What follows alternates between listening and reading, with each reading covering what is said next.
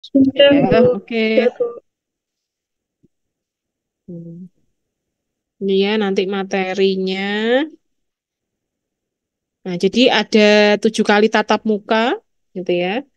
Nanti ada tentang, jadi kan kalau Pak Kadek kemarin bicaranya tentang definisi farmakokinetika, terus model-model farmakokinetika, terus kemudian cara mencari parameter-parameter gitu ya, parameter-parameter di farmakokinetika yang pemberiannya tunggal. Gitu ya, kalau Pak Kadek kemarin pemberian tunggal, entah itu secara intravaskuler maupun ekstravaskuler. Sama yang terakhir kalau nggak salah tentang farmakokinetika nonlinier.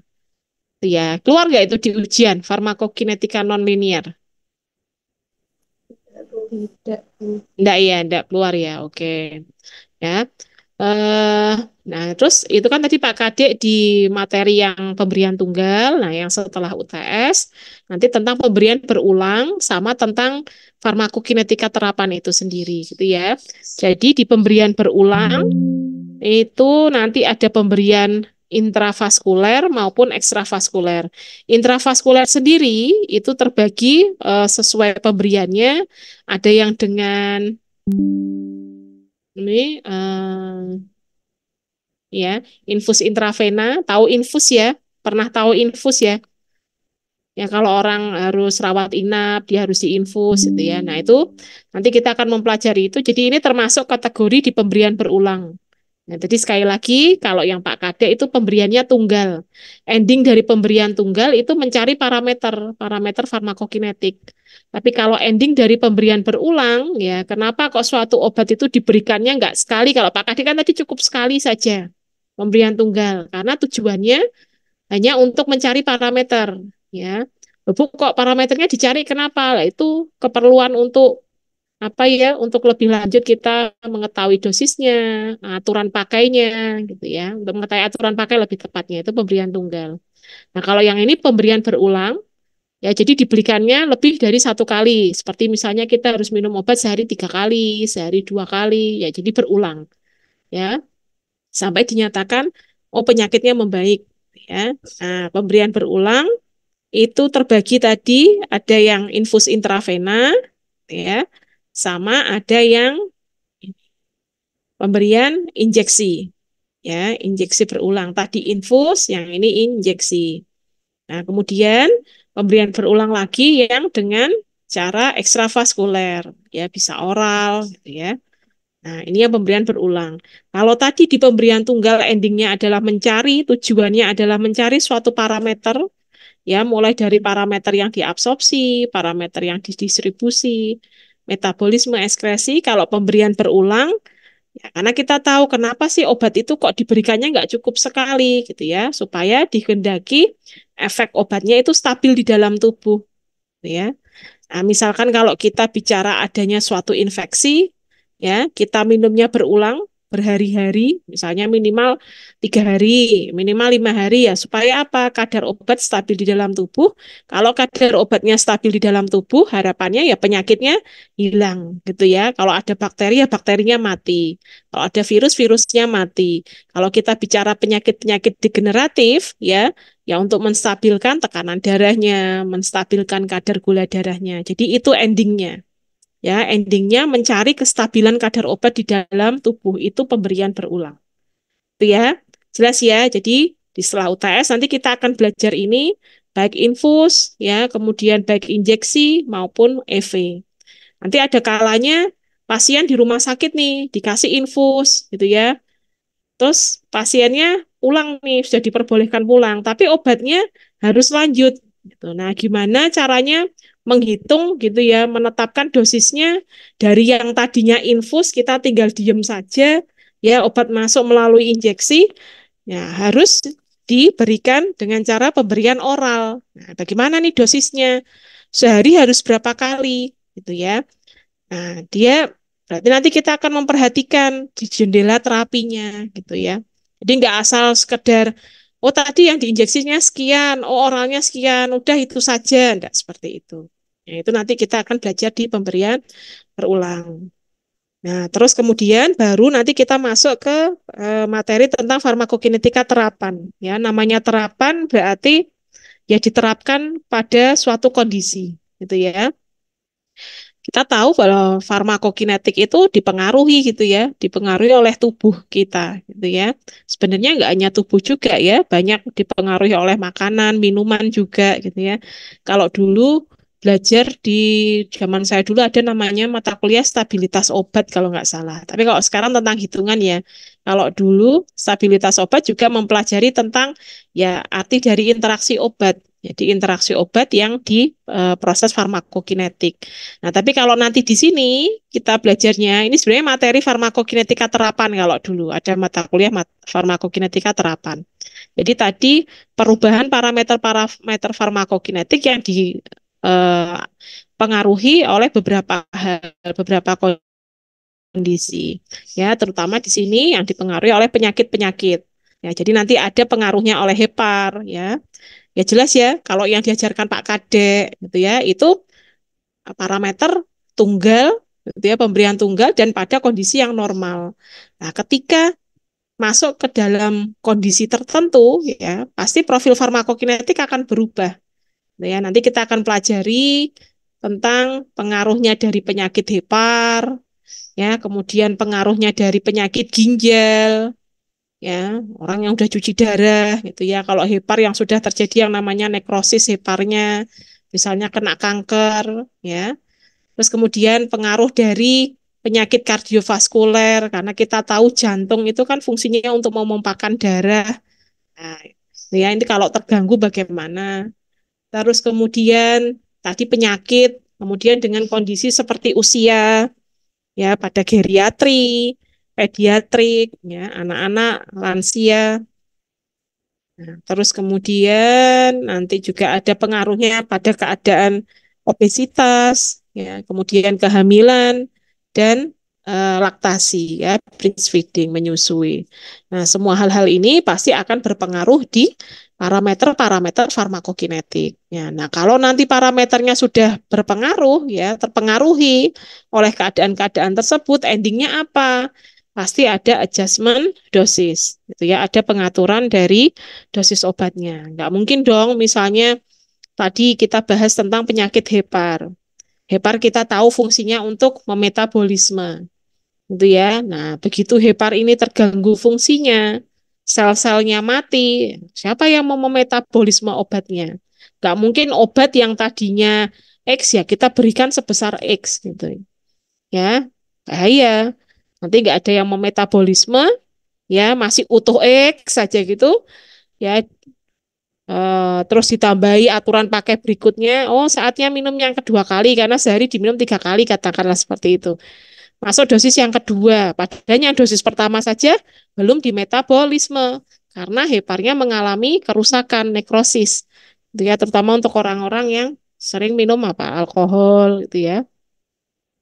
Nah, terus dosis gak dirubah, gemblondong sama dengan dosis pertama, padahal obat yang pertama saja belum dimetabolisme, belum dibuang. Ya, jadinya terjadi penumpukan obat di dalam tubuh. Nah, kalau penumpukan obat di dalam tubuh nggak masalah dengan jendela terapinya sih, nggak ada masalah ya. Nah, tetapi ketika melebihi jendela terapinya atau therapeutic window-nya gitu ya, ya akan terjadi yang namanya toksisitas. Nah, itu ya. Nah, nanti eh, untuk materi yang ini, nah ini kan kalau yang materi yang tadi apa pemberian berulang ya dari infus, intravena, ekstravaskuler itu hitungan. Gitu ya, kita akan belajar hitungan. Ya, karena menghitung kestabilan obat di dalam tubuh, ya kadar obat yang stabil, steady state. Nanti kita akan belajar menghitung. Nah, tapi kalau sudah masuk yang tadi ke materi terapan, ini sudah teori. Nah, nanti untuk teori ini saya akan kasih tugas ke kalian saja. Ya, dalam artian nanti yang presentasi mahasiswa, ya silahkan nanti berupa mencari jurnal. Nanti saya kasih contohnya, gitu ya. Jadi supaya nggak terjadi miss, saya sudah tulis juga aturannya, ya jurnal yang seperti apa yang harus dicari, bagaimana cara membahasnya, ya. Nanti saya bagi kelompoknya. Nah, jadi nanti saya minta info jumlah mahasiswa di kelas A berapa, kelas B berapa, kelas C berapa. Nanti saya bagi yang nanti saya kasih contohnya Hepar. Ini saya yang akan menerangkan. Ini untuk hari ini saya akan masuk di sini dulu, jadi belum hitungan dulu. Ya, walaupun tadi yang setelah UTS harusnya hitungan ya, tetapi karena supaya Anda punya waktu yang cukup lama untuk mencari jurnal, gitu ya, untuk mencari jurnal yang benar sesuai dengan aturan. Pahami aturannya nanti ya, aturan tugas saya. Jangan membuat sendiri. Ya, sudah ada aturannya, dipahami, nggak mudeng tanya. Ya, jangan nanti pada saat sudah presentasi, apa yang saya minta tidak tercapai, nggak sesuai, ya, akan mengurangi nilainya. Ya, jadi nanti saya akan kasih contoh. Jadi ini saya kasih teori dulu tentang hepar, ya, pengaruh penyakit hepar terhadap parameter farmakokinetik. Nanti untuk yang ginjal, kardiovaskuler, obesitas, pediatri, geriatri, kehamilan, kemudian menyusui, nanti saya akan bagi tugas. Untuk kelompok saya akan bagi, tapi anggota kelompoknya silahkan Anda tetapkan sendiri. Itu ya, saya nggak hafal ininya, jadi silahkan Anda tetapkan sendiri. Gitu ya. Oke, mungkin itu saja untuk yang tentang ini ya materi setelah UTS. Ada yang mau ditanyakan sampai sini? Bu Ika izin bertanya, satu Ya, kelompok isinya berapa, Bu? nah itu saya harus tahu dulu jumlah mahasiswanya berapa. Nanti ya Mas Nanda, nanti lebih lanjut ya, gitu kan. Tentang pembagian Baik, Bu. kelompoknya, terus kelompok satu materinya apa, gitu. Nanti saya yang membagi aja. Cuma satu kelas terbagi berapa kelompoknya nanti saya harus tahu dari PJ-nya dulu ya jumlah mahasiswanya. Kelompok A berapa, B berapa, C berapa. Nanti silakan dibagi sendiri nama-namanya, silakan dikelola sama PJ-nya, nanti PJ kirim ke saya, nanti saya yang membagikan, oh ini dapat tugas yang ginjal kah, kardiovaskuler kah, dan seterusnya. Oke ya, sekarang ada lagi yang mau bertanya? Cukup, cukup ya. Oke. Habis ini masih ada kuliah nggak, Cah? Nggak ada ya? Nggak ada toh? Terakhir saya toh? Iya, Bu. Terakhir. Ya, sip. Terima kasih. Oke, sekarang saya masuk ke sini dulu. Sebentar. Bisa show.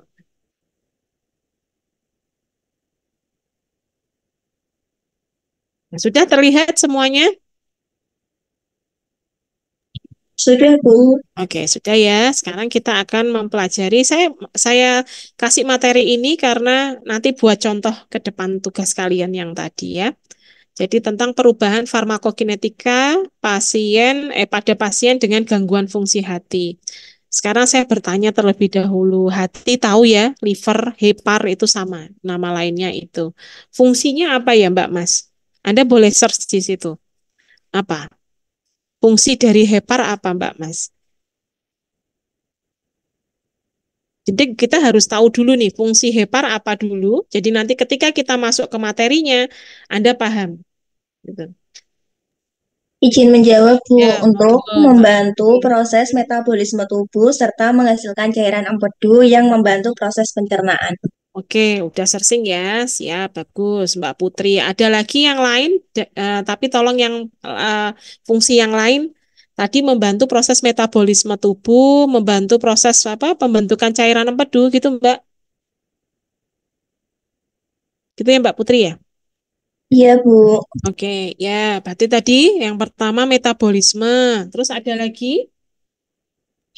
Izin jawab, Bu, membuat inaktif suatu senyawa xenobiotik yang berasal dari luar tubuh. Oke, xenobiotik menginaktifkan. Oke, ada lagi? Selain itu, dia membantu proses pembentukan apa?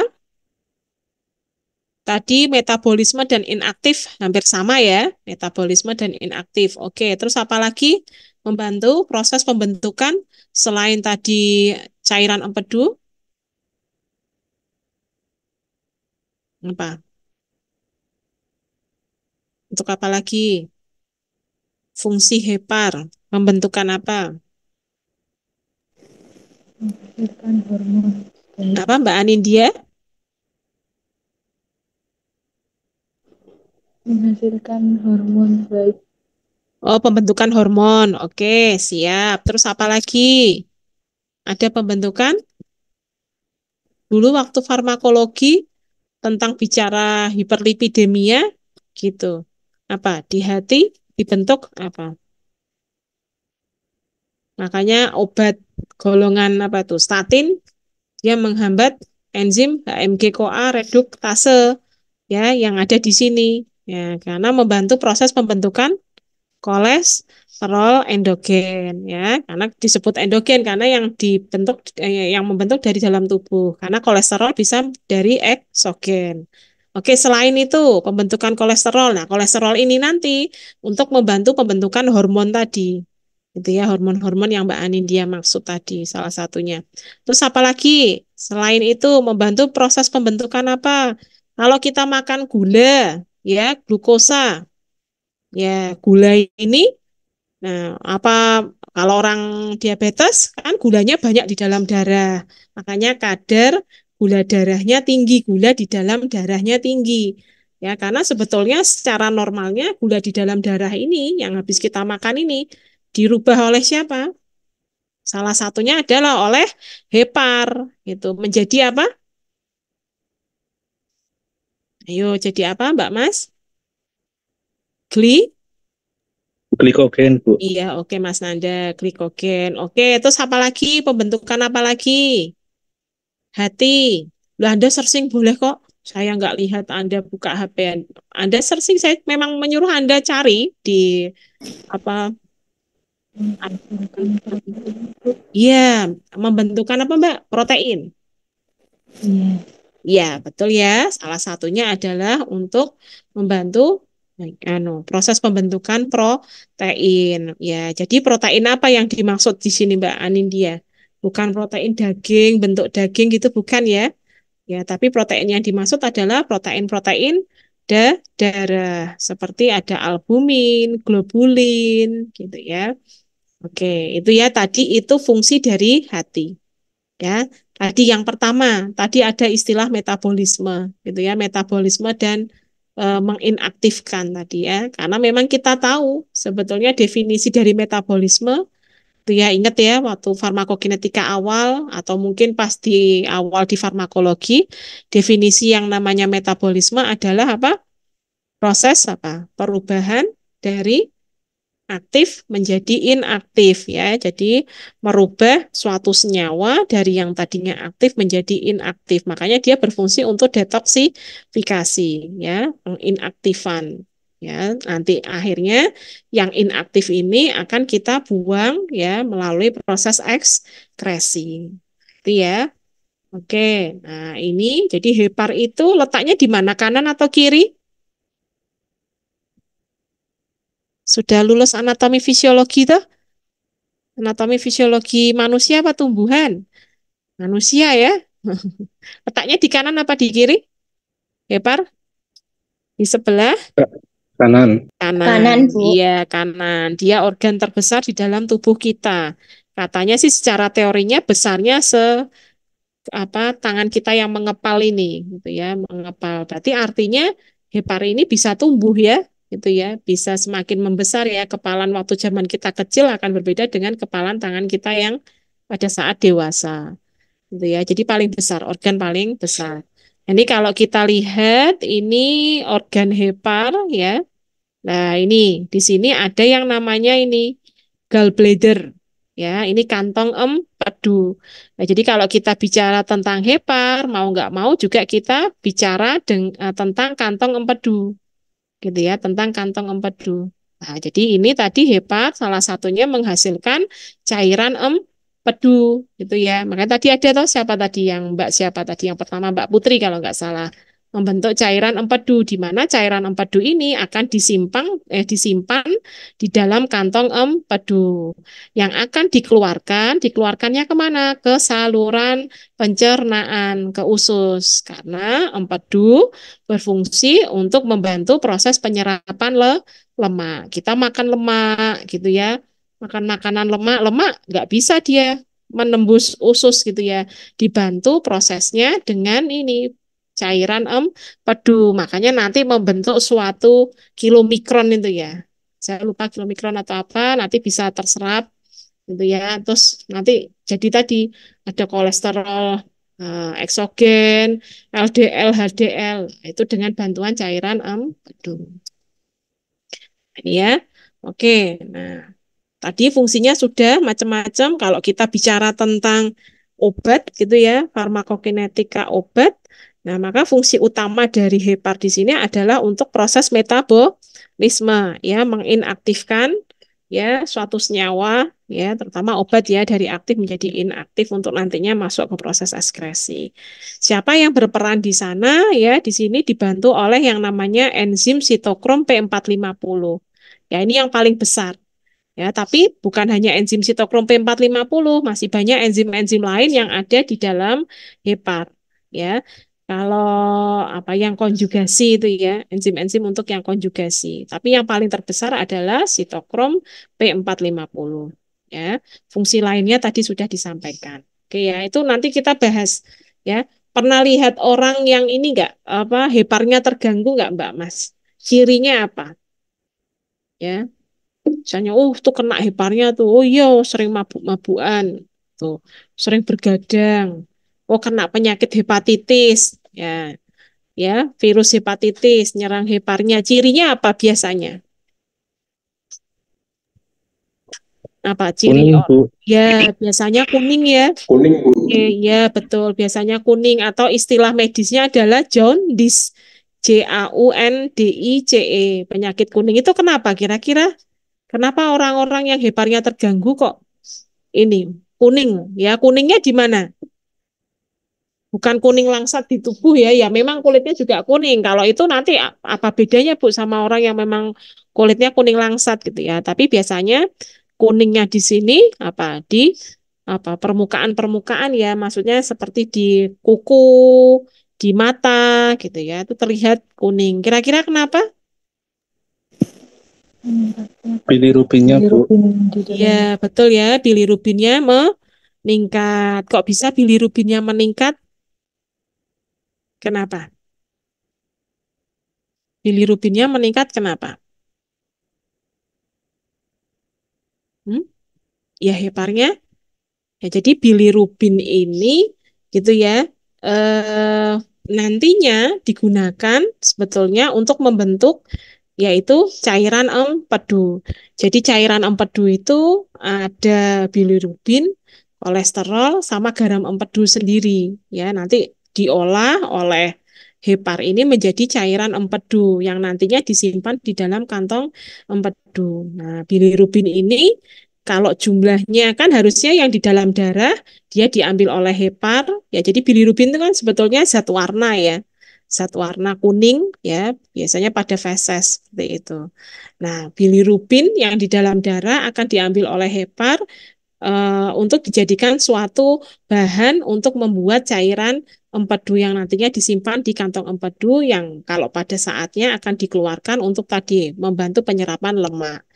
Nah, karena heparnya bermasalah di sini, nah maka kadar bilirubin di dalam darah meningkat. Dia tidak diambil oleh hepar untuk membentuk suatu cairan empedu. Makanya kadarnya tinggi karena tadi dia identiknya sebagai zat warna kuning, gitu ya biasanya untuk mewarnai feses. Nah, ini karena kadarnya terlalu berlebihan di dalam darah, tadi makanya bisa menyebabkan kuning pada mata, kuku, ya, kemudian kulit. Nah, terus selain itu apalagi atau istilahnya jaundice tadi, apalagi ciri orang yang heparnya terganggu. Pernah lihat enggak? Apa? Taunya kuning ya, ada udim ya. Ya, udim tapi terutama di area apa? Peritoneal gitu. Jadi di rongga perut. Ya, jadi perutnya membuncit ya, membuncit cairan ya, penuh cairan di rongga perutnya. Gitu ya. Nah, itu diistilahkan kalau istilah medisnya adalah apa? Asites. Jadi penumpukan cairan di rongga perut. Kira-kira kenapa ya kok terjadi penumpukan di rongga perut gitu, pada seorang ini yang terkena gangguan pada fungsi heparnya. Nanti kalau udah cairannya menumpuk, jadinya lari ke paru, ya, jadinya sesek. nggak bisa nafas. Nah, kenapa kira-kira? Tadi lihat fungsi lagi tadi. Tadi ada salah satunya fungsi dari hepar adalah membantu proses pembentukan protein, ya, protein. Nah, Bu, apa hubungannya protein dengan cairan tadi? Ya, jadi protein tadi kan contohnya ada albumin, globulin. Nah, jadi protein-protein darah di sini ternyata mempunyai peran yaitu membantu ini apa penyerapan cairan yang berlebihan. Ya, jadi ketika hepar ini terganggu fungsinya, maka protein-protein darah seperti albumin, globulin jumlahnya berkurang. Ya, jumlahnya berkurang sehingga cairan tubuh ya kestabilannya terganggu. Ya, jadinya menyebabkan terjadi penumpukan cairan di rongga perut. Nah, itu ya cirinya ya. Oke, saya lanjut. Nah, terus ini dengan fungsi-fungsi lain tadi gitu ya. Begitu terkena adanya gangguan pada fungsi hepar ya. Ini macam-macam ini contohnya ada fatty liver gitu ya. Nah, ini contoh penyakit hepar yang disebabkan karena induksi dari alkohol ya, karena adanya alkohol. Jangan sampai ya mahasiswa Stifar minum minuman alkohol gitu ya. Kalau sudah terlanjur ya sudah mulai dari sekarang insaf gitu ya. Sudah tidak usah minum lagi. Ternyata bahaya terberatnya adalah di hepar alkohol di sini karena hepar tidak mampu mengintoksikasi ya, ya memetabolisme dari alkohol. Ya, pertama yang paling ringan itu fatty liver. Ya, fatty liver bisa terjadi pada orang obesitas gitu ya. Tapi ini kita bicara tentang kalau yang induksinya dari alkohol. Jadi fatty liver itu artinya apa? Nah, ini livernya kuning. Karena livernya terjadi penumpukan apa ini? Penumpukan fat lemak ya. Nah, fatty liver. Jadi ini nanti masih dibagi lagi ada grade 1, grade 2, grade 3 gitu ya. Nah, kalau grade 1 mungkin belum nggak berdampak di hiperlipid ya, belum ya. Dan belum nggak ada obatnya sih, paling pola pola hidup gitu ya. Nah, tapi kalau sudah sampai grade 2, grade 3 nanti bisa dilihat dari kadar lipidnya di dalam darah gitu ya. Nah, pasti terjadi peningkatan. Nah, ini fatty liver kalau didiamkan saja, dibiarkan, tidak mau berubah, alkohol tetap diminum, tidak mengubah pola hidupnya, maka akan lanjut terjadi yang namanya liver fibrosis. Ya, liver fibrosis. Apa itu liver fibrosis? Terjadinya atau munculnya jaringan parut gitu ya. Jadi jaringan ya di dalam hepar ini mengkerut-mengkerut gitu. Yang harusnya mulus seperti ini gitu ya, mulus, ini terjadi kerutan-kerutan. Ya, pasti ya akan berpengaruh ya, akan berpengaruh di proses metabolisme. Dibiarkan lagi, tidak diobati, ya paling tinggi itu penyakitnya yaitu terjadi sirosis. Ya, kalau terjadi sirosis, ini sudah terjadi yang namanya kerusakan pada sel heparnya. Ya, bisa menyebabkan terjadinya sel heparnya ini apa? Nekrosis. Ya, sampai di sini tingkatan yang irreversible, ya, tidak bisa kembali. Nah, kalau sudah sirosis, sel heparnya sudah mati, wah ya sudah, ya tinggal menunggu gitu ya. Biasanya seperti itu. Oke ya, nah terus kemudian, nah penyakit ini bagaimana? Gitu ya, kalau kita bicara tentang pengaruhnya penyakit hepar ini terhadap proses farmakokinetik, parameter farmakokinetik gimana? Gitu. Ini yang akan kita pelajari. Ya, sama seperti nanti tugas yang berikutnya, penyakit ginjal, penyakit kardiovaskuler, kemudian penyakit apa? Oh, bukan penyakit lagi, keadaan obesitas, usia pediatrik, geriatrik gitu ya. Sama. Ya, nanti kita bahas dulu kenapa gitu ya obesitas itu bagaimana, pediatrik seperti apa, geriatri itu apa yang dimaksud, ginjal itu bagaimana, jantung bagaimana gitu ya. Nah, terus kalau ini terjadi gangguan ya, nah, bagaimana dengan proses farmakokinetik? Nah, karena kita ingin melihat nih pengaruh dari keadaan ini terhadap parameter farmakokinetik ya. Nah, karena tadi hepar fungsi utamanya adalah metabolisme, apakah yang memang terganggu hanya metabolismenya saja? Ya, apakah juga A, D sama E-nya nanti juga terganggu? Lah itu yang akan kita pelajari. Ya, nah kalau ini sudah terganggu, gitu ya, ada gangguan di proses farmakokinetiknya, perjalanan obat di dalam tubuh, pasti dosis obatnya juga harus diatur. Nah, ending terakhirnya adalah ini. Ya, bagaimana pengaturannya? Apakah ganti obat? Apakah dikurangi? Apakah ditambah? Jika memang dikurangi, berapa banyak harus dikurangi? Setengah, seperempat, 3/4? Itu yang akan kita bahas kurang lebihnya. Oke ya, sekarang saya lanjut. Tadi hati memegang peranan utama dalam farmakokinetik sebagian besar obat. Ya, penyakit hati dapat menyebabkan beberapa perubahan fisiologik dan erat dengan atma obat. Penyakit hati macam-macam ya, ternyata bukan hanya infeksi bakteri atau virus saja, tapi juga disebabkan bisa jadi parasit, bisa jadi xenobiotik, ya, senyawa-senyawa asing, ya tadi disebut kayak Mas Nanda tadi xenobiotik, terus alkohol, ya juga bisa disebabkan karena gangguan sirkulasi, gagal jantung. Nah, ini besok kalau ada petugas tentang jantung, ya ternyata jantung itu karena dia fungsinya memompakan darah, ya bisa juga berperan ya terhadap kerusakan hepar, terganggunya fungsi dari hepar. Terus kemudian adanya radang autoimun. Nah, itu yang bisa menyebabkan penyakit pada hepar.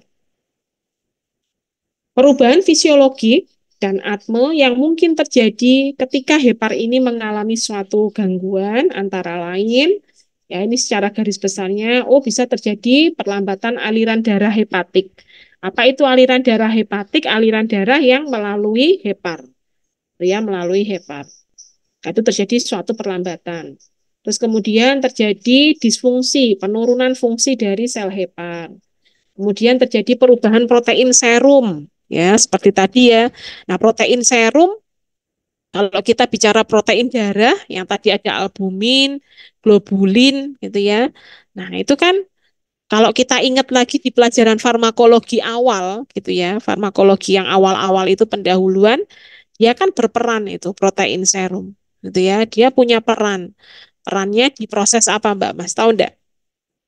Protein serum, albumin, globulin, itu pada saat perjalanan obat di dalam tubuh itu dia masuknya di yang mana? Kategori yang perjalanan absorpsi, distribusi, metabolisme, atau ekskresi. Nah, ada yang tahu enggak? Distribusi. Iya, betul. Distribusi ya. Dia berperannya di distribusi. Di distribusi dia ngapain biasanya? Si albumin sama globulin ini. Ngapain dia? Dia apa? Mengikat obat ya biasanya ya menjadi ikatan yang makromolekul. Kalau obat sudah berikatan dengan albumin, globulin, dia membentuk suatu ukuran yang makro, ya dia tidak bisa menembus atau masuk ke dalam reseptor. Jadi dia sebagai apa? Dampak jelek ya sebetulnya ya. Karena mengurangi kadar obat di dalam tubuh. Tapi sifatnya adalah reversibel. Dia bisa lepas lagi ikatannya. Gitu ya. Nah, ini kan bahaya ini. Ketika hepar ini terjadi masalah, ya tadi albumin globulin kan produksinya menurun ini gitu kan berarti kan tidak ada yang mengikat obat padahal secara normalnya obat itu saya selalu bilang tuh orang itu sudah mendesain 500 miligram itu sudah tahu ini kenapa dosisnya 500 miligram ternyata nanti ikatan kalau kita bicara perjalanan obat di dalam tubuh kan tidak gelondong 500 miligram itu masuk ke dalam reseptornya berikatan dengan reseptor tapi sudah diperhitungkan nanti dia berhasil menembus membran sekian. Nanti terdegradasi karena ketemu asam lambung. Nanti pada saat diusus ketemu enzim-enzim. Belum lagi nanti kalau dia masuk kategori first pass effect gitu ya. Dia harus ketemu hepar dulu. Nanti sudah berhasil nih ya masuk ke dalam sirkulasi darah nih ya. Sudah terabsorpsi. Bagus nih, masuk ke proses distribusi, ketemu darah. Di darah bukan terus langsung masuk ke reseptor. Nah, tapi di darah aja banyak yang mengganggu gitu kan. Ada lipid, ada ini protein serum. Ketika dia berikatan dengan protein, berikatan dengan lipid, kadarnya makin turun lagi. Sehingga yang benar-benar bebas ya, itulah yang dia bisa masuk ke tempat aksinya, berikatan dengan reseptornya. Nah, ketika ini heparnya terganggu, yang tadi protein sudah diprediksi akan mengikat, anggap saja 50% nanti akan terikat dengan apa namanya dengan obat. Si protein ini akan mengikat obat, gitu ya. Oh, berarti nanti diprediksi paling yang masuk di reseptor itu yang tadi 500 masuk di reseptor paling cuma 100 lah. Gitu ya. Terus kemudian heparnya ini terganggu. Maka protein serum produksinya turun, yang tadinya mengikat hampir 50%, begitu proteinnya nggak ada lah, siapa yang mengikat? Jadilah dia senyawa yang bebas. Nah tadi kalau bebas nggak ada yang mengikat, ya gampang dia masuk ke reseptornya. Padahal di reseptor diperkirakan hanya 100 miligram saja yang bisa masuk ke reseptor, ketambahan yang 50% tadi. Balik lagi, kalau tidak lebih dari therapeutic window-nya, gitu ya. Therapeutic window itu jarak antara apa dengan apa, Mbak Mas? MEC dengan MTC, Bu. Ya, MEC dengan MTC, jendela terapi ya. MEC itu yang apa? Minimal atau maksimal? Kepanjangan dari MEC? Siapa selain Mas Nanda? Minimal efektif, Minimal efektif konsentrasi. Kalau MTC? minimal toxic concentration. Oke, minimal ya, bukan maksimal ya? Iya, Bu. Iya, oke. Nah, ini tadi 100 miligram ketambahan 50% yang tidak diikat oleh protein disebabkan karena proteinnya nggak ada, karena hepar tadi membantu produksi protein serum, ya begitu ketambah 50% udah. Nah, kalau dia selama masih di jendela terapinya sih masih aman. Tapi ketika dia melebihi MTC-nya, lah itu yang jadi masalah. Ya, toksisitas gitu ya. Oke, itu kurang lebihnya. Terus kemudian terjadi perubahan aliran empedu. Mau tidak mau ketika kita bicara penyakit hepar gitu ya, pasti ada perubahan namanya yaitu empedu karena dia berdekatan gitu ya dengan kantong empedu, dan memang salah satu hasil dari produksi di hepar itu salah satunya adalah cairan empedu yang ya dia masuk ke dalam kantong empedu ya, mau tidak mau ya. Jadi ada pengaruhnya di perubahan aliran empedu. Ini semua bagaimana dengan parameternya, gitu ya. Nah, balik lagi ya, kan parameter itu ingat ya, zaman kemarin Pak Kadek pas ngajari parameter farmakokinetik yang kita bahas, gitu ya. Eh, saya kalau di sini nggak bisa oret-oret ya. Berarti kan gini, parameter itu kan yang menggambarkan proses perjalanan obat di dalam tubuh ya. Jadi yang namanya farmakokinetika itu kan menggambarkan perjalanan obat di dalam tubuh. Kita tahu obat itu berjalan di dalam tubuh, gitu ya. Dilihatnya dari apa? Kan karena tubuh kita nggak tembus pandang. Saya selalu bilang seperti itu ya. Entah yang di kakak kelas, apa kalian sudah pernah ngomong apa belum? Nah, kita kan nggak tahu nih ya. Kalau kita tubuhnya tembus pandang, kita tahu nih obatnya posisi sekarang ada di absorpsi, udah ada di usus.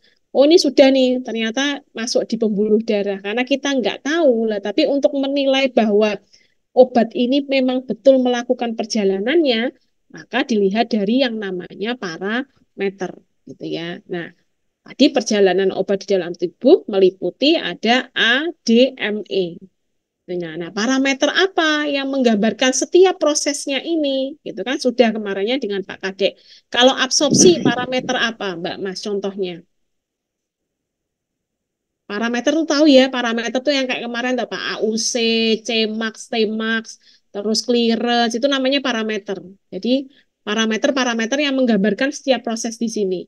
Nah, sekarang saya tanya parameter yang menggambarkan proses absorpsi apa? P setengah absorpsi, Bu. Setengah absorpsi. Oke, selain itu yang paling gampang apa? Yang diabsorpsi. K, KA pasti ya ada kecepatan absorpsi. Terus kemudian ada parameter apa lagi selain kecepatan absorpsi? Apa disuruh ngitung apa aja kemarin kalian waktu mencari parameter? Di proses absorpsi ada apa? Ada KA, terus apa lagi? Ada C, Cmax kan? Ada Cmax. Terus apa lagi?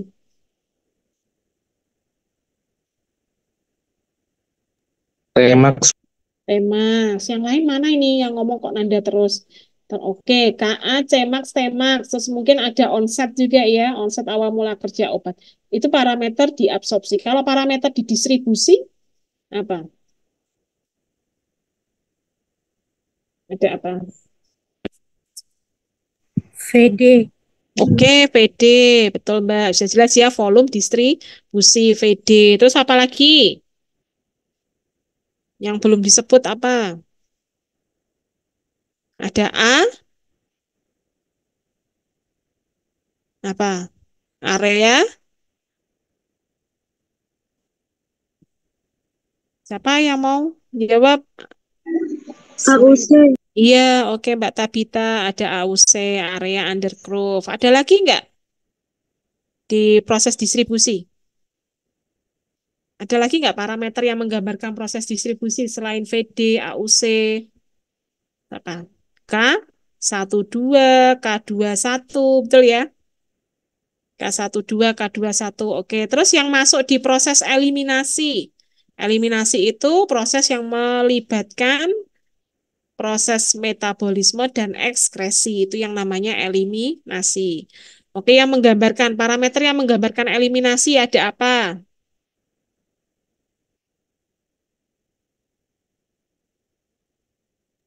Clearance. Clearance, ya. Terus ada lagi selain clearance?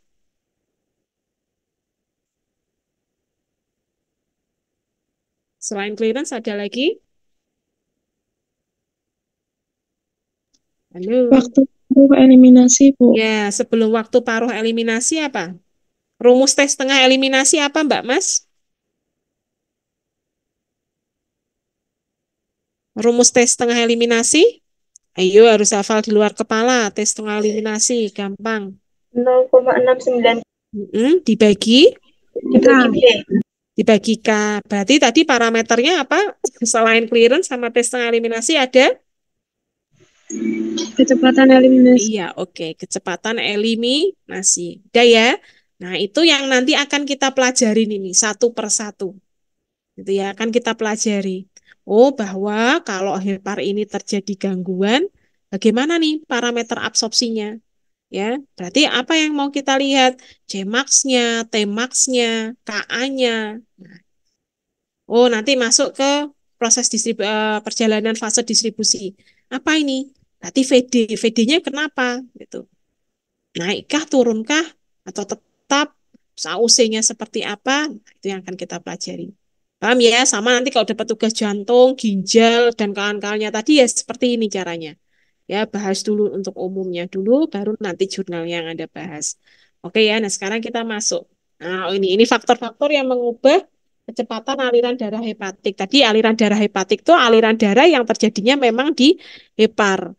Nah, biasanya ini berpengaruhnya di itu obat-obat yang mengalami yang namanya first pass effect. Itu ya. Jadi dia untuk menimbulkan efeknya dia harus melalui hepar terlebih dahulu. Ya, dia masuk hepar, nanti di hepar terjadi proses metabolisme, sisanya baru dikeluarkan lagi, ya, baru masuk ke reseptornya. Ya, jadi banyak faktor yang mempengaruhi kecepatan aliran darah hepatik, ya, terbagi menjadi 3, fisiologik, patologik, sama farmakologi. Farmakologi itu karena obat-obatan. Ini saya ambil di bukunya Prof. Lukman. Ya, besok Anda kalau mau sintasi dari farmakokinetika kliniknya Prof. Lukman ada, di Sargel ada, di Ritzel ada, gitu ya, di Perpus ada semua itu bukunya. Ya, ini yang fisiologik, ya, berarti memang gangguan dari tubuh kita. Ya, aliran darah ini kecepatannya bisa meningkat, ya, disebabkan karena adanya gangguan pernafasan yang kronis selama pada saat kita makan juga ternyata meningkat, tapi itu baik, normal, wajar. Kemudian digesti, ya, pada saat kita puasa, kemudian posisi tubuh yang telentang. Nah, ini aliran darah lambat, ya, bisa menurun, berkurang disebabkan karena mungkin karena usia. Sebentar, baterai saya habis.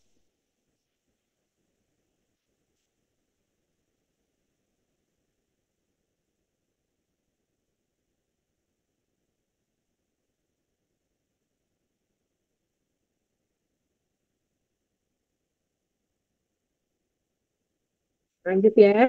Ini karena stres, kemudian panas, olahraga, posisi tubuh yang tegak.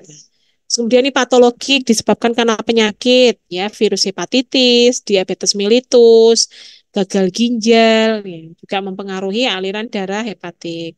Kalau ini berkurang, ya, ini dari gagal jantung, luka bakar, sirosis, ya, tadi terjadi nekrosis pada sel hepar. Terus kemudian untuk obat-obatan bisa meningkat dan berkurang disebabkan karena obat-obatan tertentu. Saya lanjut aja. Nah, sekarang kita bahas pengaruhnya penyakit atau gangguan hepar pada proses perjalanan obat di dalam tubuh. Kita masuk di absorpsi dan distribusi, ya. Bagaimana di proses absorpsi ketika hepar ini terganggu fungsinya. Tadi kan macam-macam, dari yang paling ringan adalah fatty liver, kemudian fibrosis, kemudian sirosis. Nah, yang memang paling menyebabkan perubahan terbesar gitu ya di perjalanan obat di dalam tubuh itu yang sirosis yang terakhir. Ya, tapi kalau dia masih sekedar fatty liver, apalagi masih grade 1 gitu ya, ada perubahan gitu pada perjalanan obat tapi tidak terlalu signifikan. Ya, yang sangat signifikan itu adalah yang sirosis. Makanya paling banyak dibahasnya tentang ya ini sirosis ini gitu ya, itu yang menyebabkan memang perubahan sangat signifikan. Pada penyakit sirosis ya, hubungannya dengan ini terganggunya proses absorpsi ya.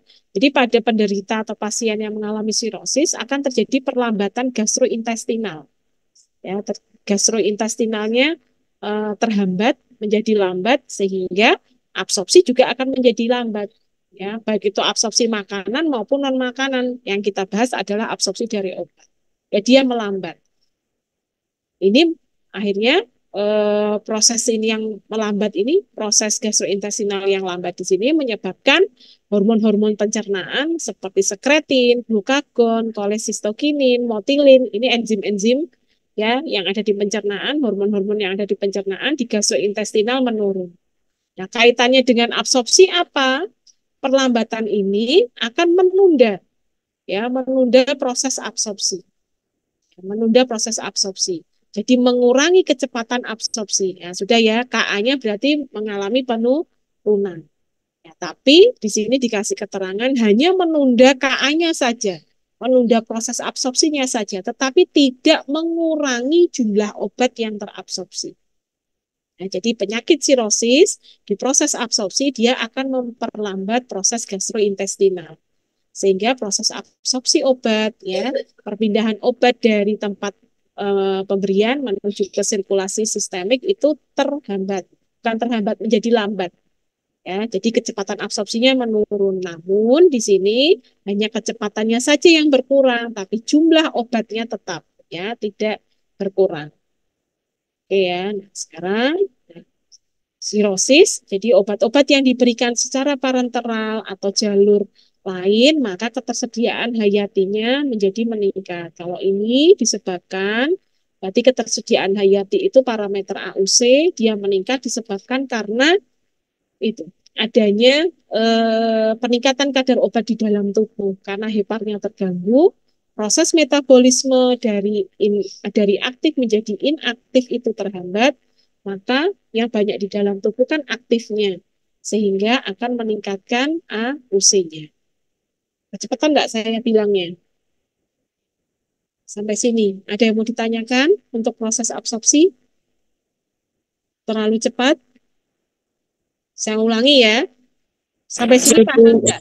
Ya, sampai sini tapi paham ya alurnya ya, yang sedang kita bicarakan. Bu ya, saya praktikum ngantuk, iki sebar praktikum. Gitu, saya ngomong sepoi-sepoi cepet dah ngantuk. Ya, saya ulangi ya. Jadi tadi penyakit hepar itu akan berpengaruh terhadap ADME. Sekarang kita bicara yang A-nya dulu, absorpsi. Ya, jadi penyakit hepar, terutama yang sirosis, ya itu yang sangat signifikan. Ya, dia akan memperlambat proses absorpsi obat. Sehingga kecepatan absorpsinya, Ka-nya menjadi menurun. Tetapi jumlah obat yang diabsorpsinya tetap tidak mengurangi jumlah yang terabsorpsi. Oke ya.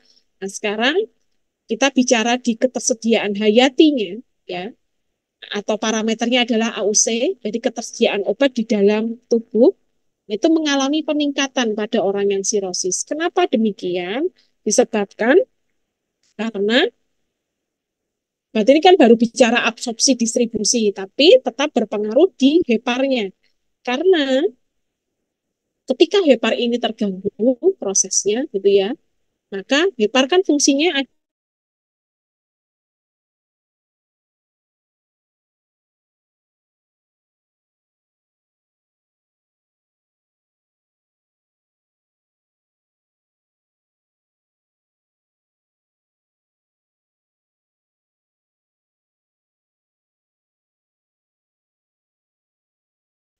Paham ya?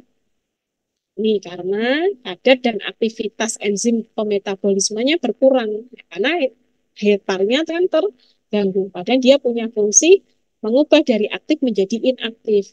Dan ketika proses mengubahnya ini terganggu, disebabkan karena kadar dan aktivitas enzim ininya turun, jadinya tidak bisa menjadi inaktif-aktif terus.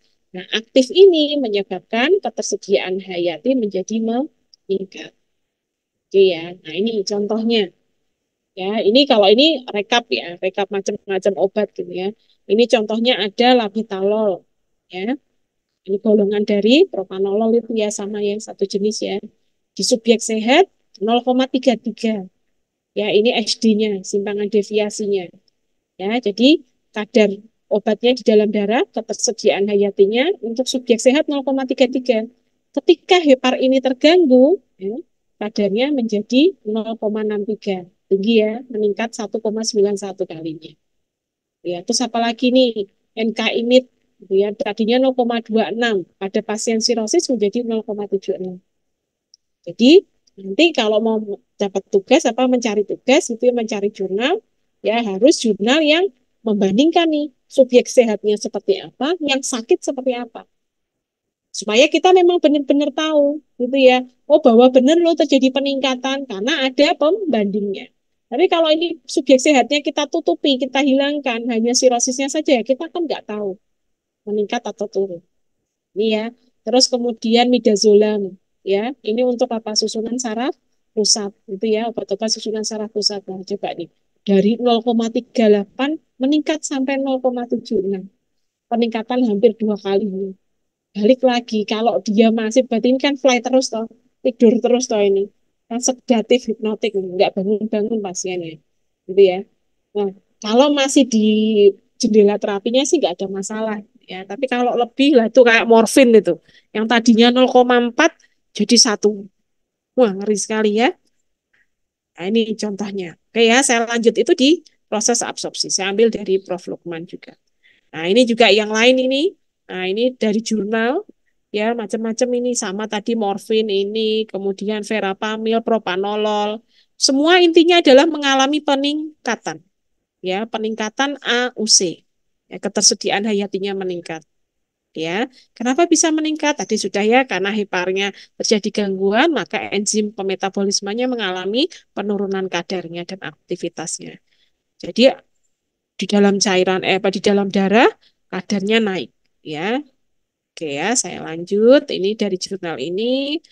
Sekarang bagaimana ini tentang first pass effect tadi saya bilang ya.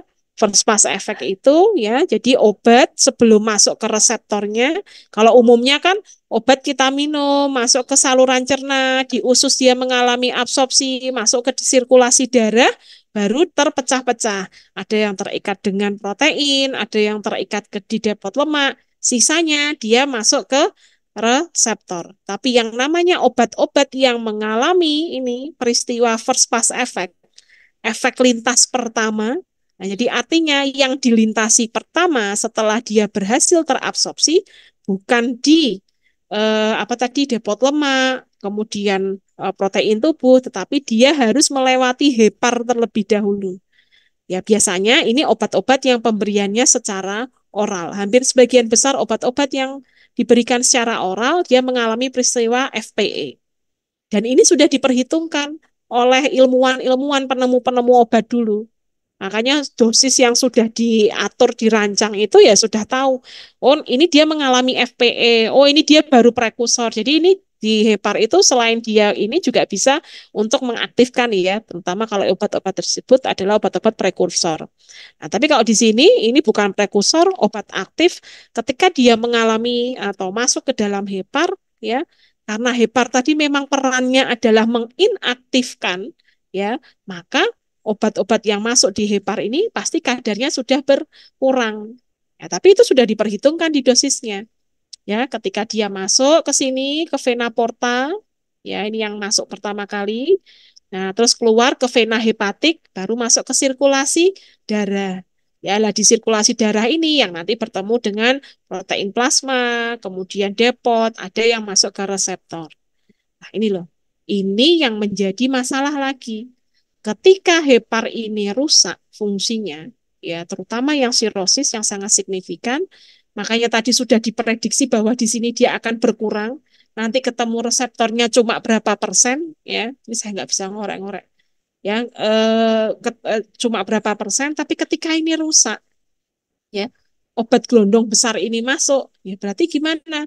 Ya tetap aktif, nggak ada yang menginaktifkan. Keluar dari sini ya tetap aktif. Ya, pada di reseptor tadi sudah diprediksi dia akan hilang karena FPE, ya nggak hilang, utuh, balik lagi. Kalau masih di therapeutic window-nya tidak masalah, tetapi ketika melebihi MTC-nya itu yang menjadi masalah. Maka dari situ obat-obat yang pada fungsi hati normalnya dia mengalami FPE, maka ketika hepar ini rusak, ya hepar ini sakit, maka ketersediaan hayatinya sangat meningkat drastis. Tuh, paham ya apa yang saya bicarakan ya? Paham apa enggak Mbak Mas? Paham, Bu. Paham ya? Ya sambil bayangke lah ngono lah ya.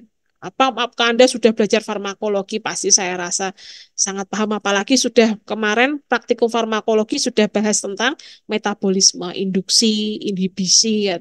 Pasti wis mudeng tambah mudeng ya. Insya Allah. Ya, oke ya. Jadi obat-obat yang tadinya hatinya normal dia mengalami FPE, begitu hati ini rusak gitu ya, terutama yang sirosis, ya wis ketersediaan hayatinya semakin meningkat. Oke ya. Nah, kenaikan kadar obat dalam darah yang paling signifikan pada sirosis yaitu obat-obat dengan yang FPE-nya paling besar. Itu yang jumlah ketersediaan hayatinya juga paling besar. Saya kalau kayak gini tetap dengar nggak Mbak Mas suara saya? Semakin kecil. Kecil ya, jadi harus saya pegangi terus. Padahal tangan saya kemeng. Oke, saya lanjut. Kalau gini dengar ya? Dengar jelas, Bu. Ya, oke, berarti tak pegangi baik. Oke ya, berarti kalau FPE-nya paling besar, dia kategorinya ya berarti ketersediaan hayatinya juga semakin besar ketika terjadi sirosis. Kalau FPE-nya besar, ya semakin agak kecil gitu ya. Kalau FPE-nya sedang ya makin menurun. Nah, ini contohnya ini. Ya, ini ada lovastatin. Berarti obat kolesterol ya, golongan statin, gitu ya. Dia ternyata FPE-nya sangat besar ya, betul karena dia memang bekerjanya di hepar, gitu ya. Nah, begitu sangat besar ketika hepar ini rusak, gitu ya, ya F-nya menjadi lebih besar sekali ya, lebih dari 10%. Ya, dan seterusnya. Ya, kurang lebihnya itu. Nah, sekarang kita bicara distribusi, tadi absorpsi ya, AUC ya, masuk absorpsi juga. AUC itu berarti bisa absorpsi bisa masuk di distribusi. Oke, kita sekarang masuk ke distribusi yang tentang protein ya, protein darah. Jadi pada sirosis ya, sekali lagi sirosis yang paling signifikan akan terjadi yang namanya hipoalbuminemia. Karena tadi fungsi dari hepar adalah membantu proses pembentukan protein darah ya. Contohnya adalah albumin. Ketika hepar ini terganggu fungsinya, selnya mati, nekrosis, maka albumin tidak terbentuk. Ya, terjadilah yang namanya hipoalbuminemia. Ya, nanti kalau dilihat dicek lab gitu ya, dicek albuminnya turun dari normal. Itu pasti itu. Ya. Bu, nggak SGPT, SGOT itu ya dia enzim ya, terutama yang SGPT. Tapi nanti selain SGPT dicek juga yang lainnya. Salah satunya ada albumin. Nah, kalau albuminnya nurun ini, nah biasanya terjadi itu pengumpulan di rongga perut walaupun memang mungkin bayangan kita perutnya sangat buncit sekali, kadang ya enggak sih. Ya, kadang enggak yang ekstrim membuncit sekali ya enggak, tapi ya kelihatan kayak giur-giur, terus kemudian orangnya sesek karena ada cairan penumpukan cairan ke parunya juga.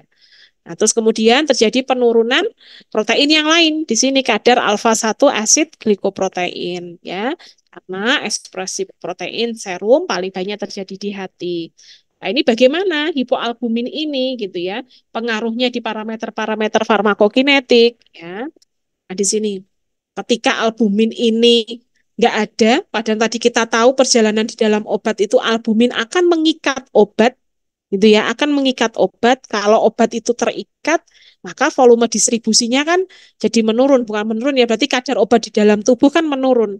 Nah, ketika albumin yang mengikat ini nggak ada, maka terjadi yang namanya kenaikan fraksi obat bebas. ya kadar obat di dalam darahnya meningkat, maka volume distribusinya juga mengalami peningkatan. Karena kita tahu volume distribusi kan artinya adalah bukan kepanjangannya ya. Kalau kepanjangan kan volume distribusi. Tapi definisinya adalah volume darah yang mengandung obat ya untuk didistribusikan. Nah, berarti volume darah yang mengandung obat ketika albumin ini turun ya, maka volume darah yang mengandung obat menjadi naik karena kadar obat di dalam tubuhnya juga mengalami kenaikan. Nah, ini contohnya obat-obat yang VD-nya meningkat karena adanya sirosis, ada diazepam, phenytoin, prednisolon, tolbutamid. Nah, terus kemudian, pada sirosis juga diikuti yang namanya udem atau asites, penumpukan cairan di rongga perut. Maka khusus obat-obat yang sifatnya hidrofilik, ya VD-nya juga mengalami peningkatan. Ini contohnya ada antibiotik beta-laktam, digoxin. Ya, oke, ini enggak ada tadi ya rekap obatnya. Oke, saya lanjut ya sampai sini paham? Untuk absorpsi distribusi jelas? Jelas, Bu. Jelas ya, semoga yang lain juga jelas ya.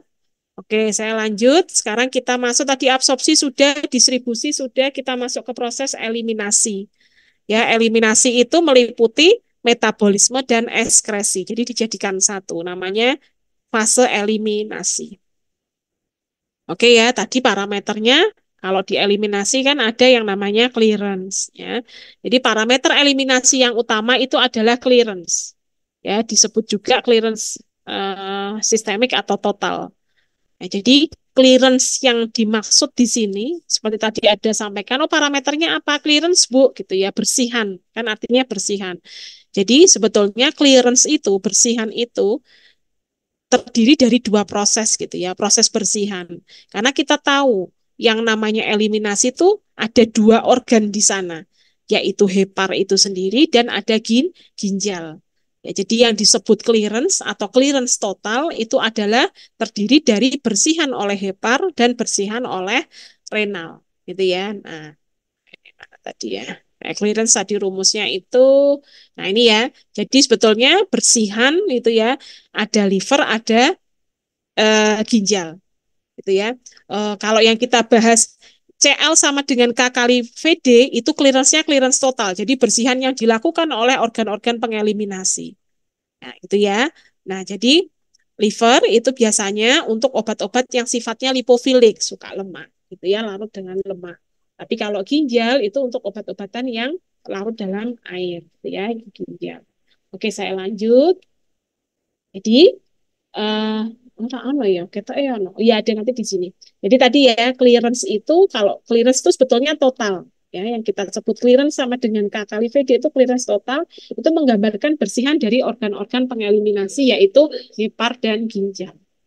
Nah, jadi clearance itu terbagi menjadi clearance hepatik dan clearance renal. Clearance hepatik itu yang melakukan adalah hepar, clearance renal yang melakukan adalah renal atau ginjal. Nah, karena kita bicara tentang organ hepar, gitu, kita akan membahas yang namanya clearance hepatik. Oke ya. Nah, apa itu clearance hepatik? Clearance hepatik adalah volume darah ya yang masuk hepar yang dibersihkan dari obat persatuan waktu. Ya, kalau clearance sendiri, clearance total adalah ya apa volume darah yang mengandung obat untuk dibersihkan ya persatuan waktu. Ya. Kayaknya satuannya kan volume per waktu. Ya, volume per waktu. Beda kalau volume distribusi volume, berarti satuannya ya volume. Nah, itu clearance hepatik. Jadi volume darah tentunya mengandung obat, dia masuk ke dalam hepar, karena kita bicaranya hepatik, yang dibersihkan dari obat persatuan waktu. Nah, biasanya clearance hepatik, CLH, dihitung dengan clearance non-renal. Ya, dan dihitung sebagai clearance tubuh, ya, jadi disebutnya clearance non-renal ya. Non-renal itu adalah CLH, clearance hepatik, dan dihitung sebagai clearance tubuh total yang K kali VD itu dikurangi dengan clearance renal ya, karena rumusnya ini ya, CLE itu sama dengan CLH ditambah CLR gitu ya. Maka CLH sama dengan clearance clearance tubuh total CLE gitu ya dikurangi dengan clearance renal. Ya, jadi yang saya garis bawahi adalah bahwa clearance itu sebetulnya terdiri dari dua proses. Ya, jadi yang kita bahas, yang Pak Kadek bahas clearance, dicari rumusnya K kali VD, itu clearance yang menggambarkan keseluruhan yang terjadi di hepar maupun yang terjadi di ginjal. Ya, tapi sekarang kita sedang bicara tentang hepar, gitu ya. Nah, jadi ada clearance hepatik, gitu ya. Clearance hepatik adalah volume darah yang masuk ke dalam hepar, ya, yang dibersihkan dari obat persatuan waktu. Ya, saya lanjut. Obat-obat yang sebagian besar, lebih dari 70% dari dosisnya mengalami metabolisme, metabolisme adalah yang melakukan hepar, maka clearance totalnya lebih ditentukan oleh clearance hepatik. Ya, ini sebagai gambaran ya, dibandingkan clearance renal. Ya, karena tadi obat-obat yang lipofilik, dia pembersihannya paling besar adalah terjadi di hepar. Ya, tadi lo yang tadi ada gambar tadi yang ini ya. Nah ini toh, nah ini. Jadi ini karena dia lipofilik, itu pembersihannya di liver, maka CLH pasti lebih besar nilainya dibandingkan CLR. Ya, tapi untuk obat-obat yang hidrofilik, CLR akan lebih besar daripada CLH-nya. Oke ya, sampai sini paham ya? Ya, maka obat-obat yang sebagian besar, lebih dari 70% dari dosisnya mengalami metabolisme, karena yang melakukan metabolisme kan adalah hepar. Maka clearance lebih ditentukan oleh clearance hepatik CLH dibandingkan dengan CLR, terutama untuk obat-obat yang lipofilik. Nah, ini gambarannya clearance hepatik. Ya. Ini gambaran atau model yang menggambarkan clearance hepatik yang terjadi di hepar. Jadi ini adalah hepar. Ya. Ini adalah hepar. Ya, di hepar itu ada yang namanya aliran darah hepatik. Ya, aliran darah hepatik. Aliran darah masuk, aliran darah keluar. Kayak tadi kita bicara first pass effect tadi. Ada vena porta, ada arteri hepatik, vena hepatik tadi di atas ini ya. Ini gambarannya dan ini ada aliran darah. Ya, lambangnya adalah Q. Di sini karena ada aliran darah yang masuk, aliran darah ini membawa obat tentunya. Makanya ada CA, konsentrasi obat yang masuk. Ya, kemudian CV, konsentrasi obat yang keluar. Ya, konsentrasi obat. Nah, ini ada V, volumenya, jumlahnya. Kemudian ada CV juga. Nah, di sini ada FU dan clearance intrinsik. Kita lihat satu-satu. Ya. V adalah volume. Ya. Blood flow itu adalah aliran darah itu Q.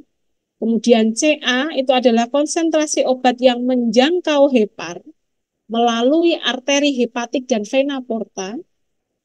Terus kemudian CV adalah, V itu vena, ya. CV adalah darah hepatik vena yang keluar ini.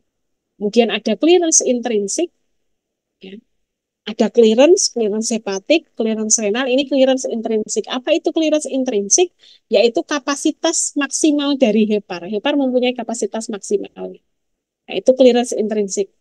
Ya, beda dengan clearance saja bersihan, ini clearance intrinsik yaitu kapasitas maksimal dari hepar. Kemudian ada FU, yaitu fraksi obat yang tidak berikatan dengan plasma protein. Betul ya?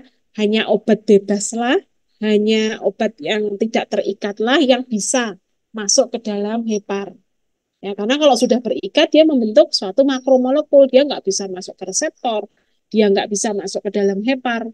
Terus pengeluarannya biasanya melalui apa? Ya saluran cerna, melalui feses mungkin. Ya. Oke ya, jadi ini model yang menggambarkan clearance yang terjadi di hepar. Sekarang kita lihat satu demi satu lagi ya. Saya lanjut lagi untuk clearance hepatik. Oleh karena clearance hepatik itu dipengaruhi oleh fraksi obat bebas, tadi ada FU, yaitu fraksi obat yang tidak terikat oleh protein plasma. Ya. Terus kemudian dipengaruhi juga oleh clearance intrinsik, yaitu kapasitas maksimum dari liver. Ya, atau definisi lain dari clearance intrinsik adalah kemampuan hepar dalam menghilangkan obat dalam limitasi aliran akhir, ya, dalam batas maksimum akhir. Ya. Dan kemudian ada QH tadi, kecepatan aliran darah, karena clearance hepatik dipengaruhi oleh FU, clearance intrinsik dan KIHA, KIHA tadi blood flow tadi ya, maka clearance hepatik CLH adalah ini, ada dua rumus. Ya, rumusnya adalah ini, nanti akan terbagi menjadi dua. Ya, jadi CLH adalah berarti nanti ada hitungan tidak sih? Kalau ini lebih ke teori saja, nggak ada hitungan. Ya, tapi ini untuk pemahaman saja. Jadi clearance hepatik karena dipengaruhi oleh FU, clearance intrinsik dan KIHA, maka clearance hepatik sama dengan ya FU tadi apa fraksi obat yang tidak terikat dengan protein dikali kapasitas maksimum dari liver dikali dengan blood flow aliran darah hepatik. Hasilnya dibagi dengan FU dikali clearance intrinsik ditambah KIHA. Nah, dari sini ini akan terbagi menjadi dua, gitu ya. Jika kapasitas metabolisme hati itu akan clearance intrinsik ya. Dan fraksi obat bebas tadi FU melebihi atau lebih besar daripada KIHA. Ya, jika FU kali clearance intrinsik itu lebih besar daripada aliran blood flow, maka ya faktor pembaginya adalah FU kali clearance intrinsik. Jadi KIHA-nya ini karena lebih besar ini, maka KIHA ini menjadi 0. Ya, jadi FU kali clearance intrinsik ditambah 0 kan pembaginya adalah ini sendiri. Jadi yang atas dibagi dengan ini, berarti kan ini dicoret FU dikali clearance intrinsik dicoret dengan pembaginya. Jadi clearance H sama dengan KIHA. Ya, clearance hepatik sama dengan KIHA. Jadi clearance hepatik adalah blood flow itu sendiri. Nanti akan menunjukkan bahwa obat yang seperti apa. Nanti ada berikutnya. Ini pegang dulu. Jadi yang pertama, ketika fraksi obat bebas dengan kapasitas maksimal dari hepar itu nilainya lebih besar dari aliran blood flow-nya, maka clearance hepatik itu sama dengan aliran aliran darah. Ya, aliran darah hepatiknya. Oke, yang kedua, ketika aliran darahnya itu lebih besar daripada fraksi obat bebas dan kapasitas maksimum hepar, maka nilai clearance hepatik itu dipengaruhi oleh FU dan clearance intrinsik. Jadi CLH sama dengan FU kali clearance intrinsik. Kalau yang tadi CLH sama dengan KIHA, dipengaruhi oleh KIHA, yang ini clearance hepatik dipengaruhi oleh FU dan clearance intrinsik. Kedua rumus ini, gitu ya, ini akan membagi obat ya ketika dimetabolisme oleh hepar. Ya, kedua rumus itu tadi ya ini yang membagi jenis-jenis obat yang dimetabolisme. Nah, ini yang ini. Ya, klasifikasinya ini. Ya, yang pertama, obat yang masuk ke kategori EH rendah. EH itu adalah rasio ekstraksi hepatik. Ya, secara gampangnya rasio ekstraksi hepatik itu adalah obat yang dimetabolisme oleh hepar, ya, yang proses pemetabolismenya di hepar. Jadi ada yang EH-nya rendah.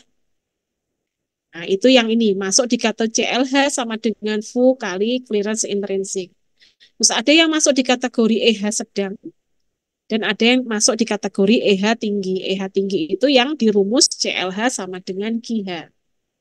Ini nilai EH-nya ada yang kurang dari 0,3, ada yang 0,3 sampai 0,6, itu yang sedang, yang tinggi EH lebih dari 0,6. Nah, yang perlu diwaspadai oleh penderita gangguan fungsi hepar, terutama sirosis, itu adalah obat yang masuk kategori EH yang tinggi. Nah, kalau sudah EH tinggi seperti ini, baiknya dosis obatnya sudah diganti. Kalau memang obatnya hanya itu, ya dosisnya yang dimainkan. Sampai sini paham atau tidak, Mbak Mas? Paham, Bu. Paham. Yang lain, saya jawab Nanda toh. Mergo Nanda biyen muridku, anak bimbingku ya Mas Nanda ya. Paham ya Mbak Farha? Yang lain? Yang lain? Wallahu alam. Ya, yes, paham Pak, paham ya. Insya Allah ya. Untuk bunyi satu yang jawab 3 orang ya. Oke, gitu ya. Jadi yang EH tinggi, jadi EH itu rasio ekstraksi hepatik, itu secara garis besarnya apa sih EH itu gitu ya, ada di sebelumnya nih ya. EH itu, nah ini, nilai yang menggambarkan fraksi obat yang dapat dimetabolisme oleh hepar pada saat obat tersebut melalui hepar. Itu ya benar. Ya, jadi EH itu menggambarkan obat yang bisa dimetabolisme hepar ketika dia melewati hepar. Ya betul bahwa EH tinggi itu kan tadi EH sama dengan KIH kan? Nah, benar. Ya, jadi dia memang ikut aliran darah hepatik. Ya, pasti dia besar dimetabolisme oleh hepar.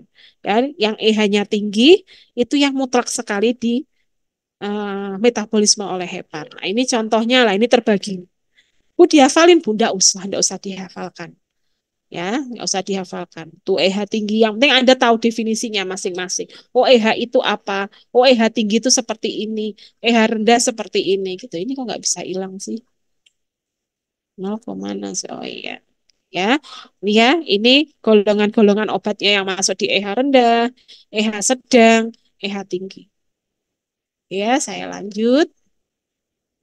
Nah, ternyata EH ini bisa berubah gitu. EH ini dipengaruhi gitu ya. Jadi apa ini? Pengaruh perubahan blood flow pada clearance total dan rasio ekstraksi. Rasio ekstraksi tadi EH tadi itu ya, rasio ekstraksi hepatik. Nah, ini ya. Jadi obat ya yang sudah mempunyai kategori ini EH rendah, EH tinggi ya ini dengan bertemu blood flow di sini dia bisa berubah ini. Nah, coba diperhatikan nih ya. Jadi obat yang masuk kategori EH rendah ketika ketemu blood flow yang tinggi, jadi deres banget alirannya, meningkat. Loh, Bu, kok bisa meningkat, bisa menurun tadi? Ada 3 faktor, ya, 3 macam tadi. Ada disebabkan apa? Masuk di faktor fisiologi, patologi, atau karena obat-obatan farmakologi. Ya, Bu, kok bisa aliran darahnya meningkat tadi yang di depan tadi ya? Kok bisa aliran darahnya menurun? Oh, yang di depan tadi. Jelas ya? Nah, ini obat yang masuk kategori rendah. Ketika ketemu dengan blood flow yang meningkat, gitu ya. Nah, dia tetap rendah ya, jadi turun ya, jadi menurun. Tapi kan memang dia awalnya sudah rendah. Ya, clearance totalnya nggak ada masalah, no change, tidak ada perubahan. Nah, tapi perhatikan yang berikutnya, obatnya masuk kategori low, EH rendah, tapi ketika ketemu dengan aliran darah hepatik yang rendah, yang tadi low, ini bisa menyebabkan perubahan menjadi peningkatan. Yang tadinya rendah menjadi meningkat. Kira-kira kenapa ya Mbak Mas? Ada yang bisa menerangkan enggak? Kenapa aliran darah yang lambat, aliran darah hepatik menurun, lambat, itu bisa mengubah obat yang tadinya rasio ekstraksinya rendah menjadi meningkat? Siapa yang bisa menjawab? Lain ceritanya kalau obat itu masuk kategori EH tinggi. Apapun aliran darah hepatiknya, no change. Ya, ini coba. Dia tinggi, rasio ekstraksi hepatiknya, mau ketemu aliran darah hepatik yang meningkat, mau menurun, no change. Ya, no change. Rasio ekstraksi hepatiknya tidak masalah, ya tidak berubah. Nah, sekarang yang ini, pertanyaan saya yang ini. Ya, kenapa obat yang tadinya masuk kategori rasio ekstraksinya rendah, ketemu dengan aliran darah yang juga rendah, dia bisa meningkatkan rasio ekstraksi hepatiknya. Yuk, siapa yang bisa jawab? Salah juga nggak apa-apa.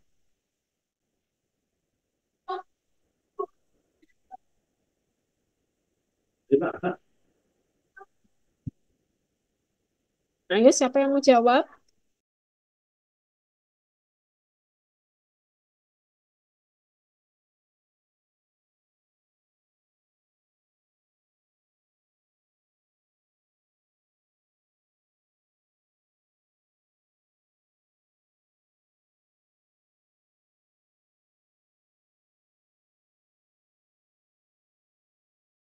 Ayo, siapa yang bisa jawab? Di logika saja. Kenapa? Kayak belum. Ya, monggo Mas Nanda.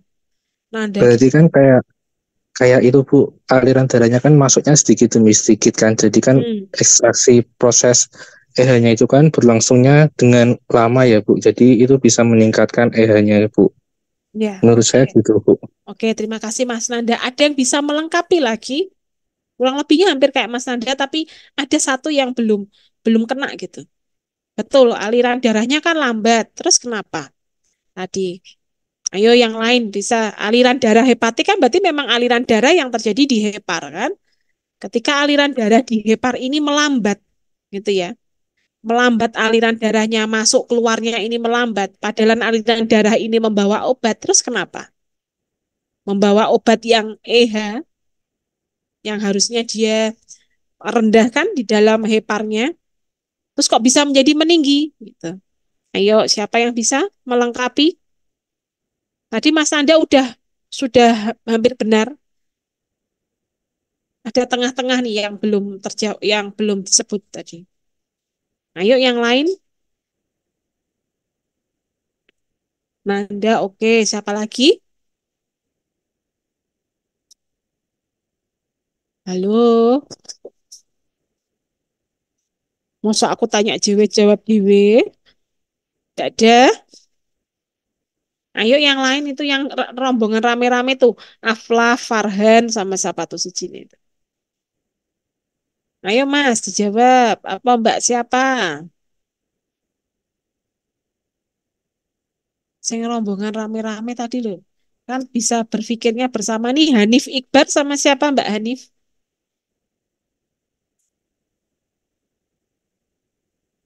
Mbak Hanif Iqbar. Ini Rede Gendis, Putri, Puspita. Yuk, siapa yang mau jawab? Bisa diskusi. Kenapa sih aliran darah hepatik yang rendah itu bisa meningkatkan atau mengubah rasio ekstraksi obat yang rendah menjadi meningkat?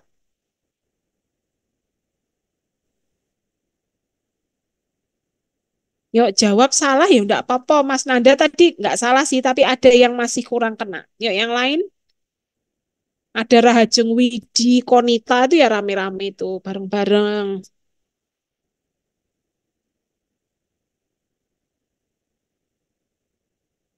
Enggak ada yang jawab. Aduh. Ya sudahlah nanti waktu ini enggak selak entek. Oh, ada yang jawab itu di obrolan apa ya? Karena obatnya jadi numpuk di aliran darah hepatiknya, Bu. Jadi mungkin naik, betul ya? Ya kurang lebihnya seperti itu. Cek dua pesan baru yang satu lagi siapa?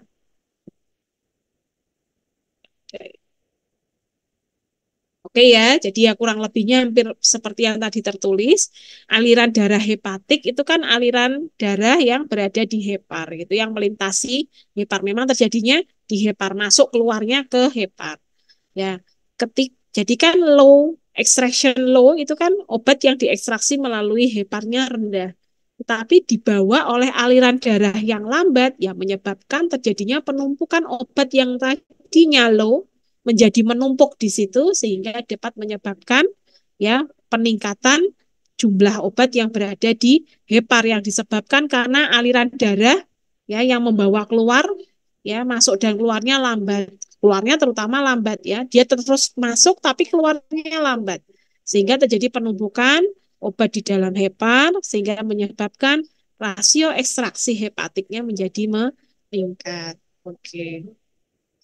Oke ya, sekarang kita lihat liver disease. Tadi sudah ADME, ya berarti tadi kalau kita bicara parameternya, apa yang terjadi di sini? Sebentar, saya bisa tulisnya di mana? Saya mau nulis tuh dianotasikan.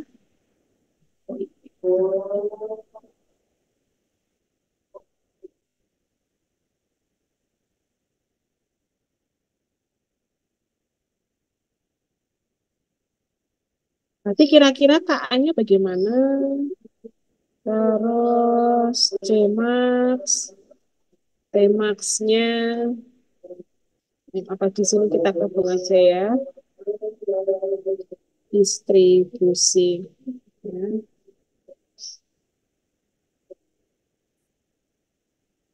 Sambil nunggu azan ya Mbak Mas, bentar. Apalagi sih? Oh, ada AUC, ada VD.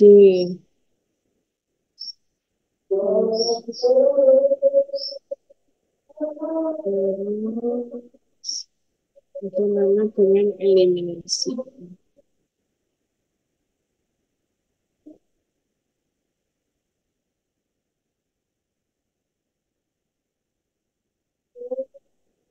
Buka azan dulu ya.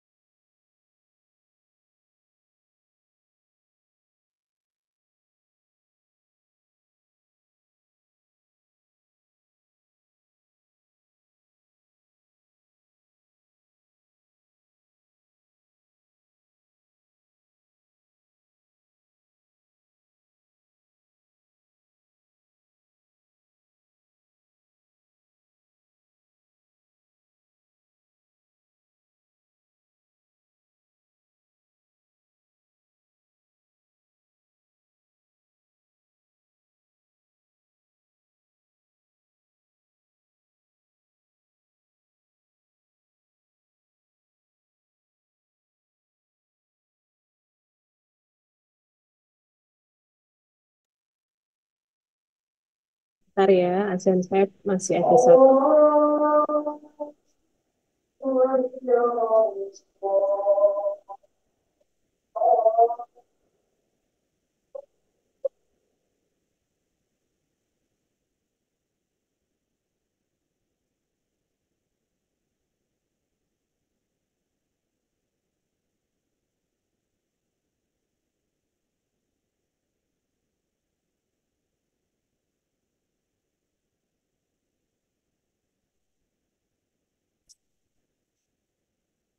Yuk, coba yuk yang tadi kita ringkas yuk.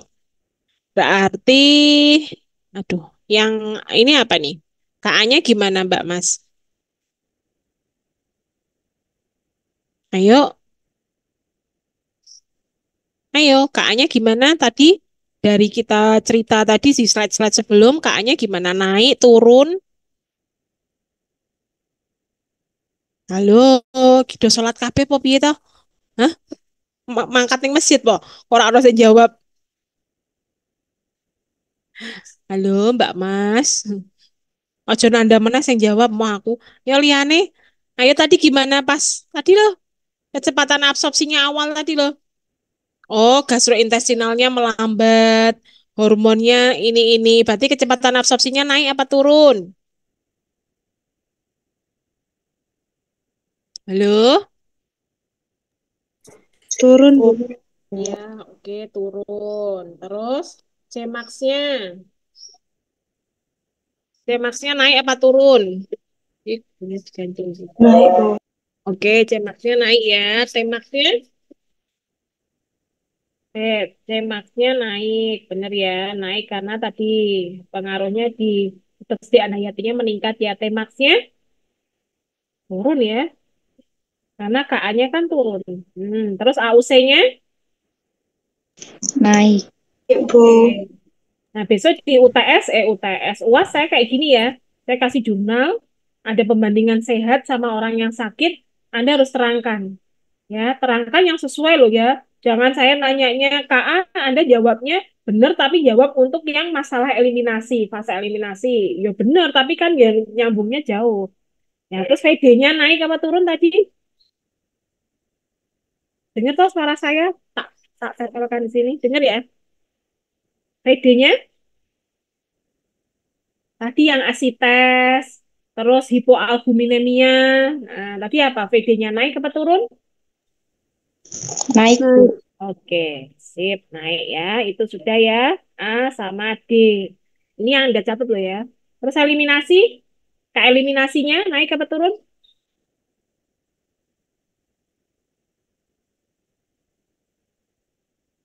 Turun, Bu.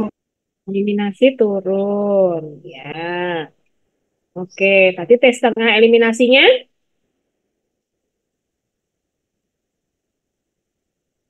naik ya, kan berbanding terbalik.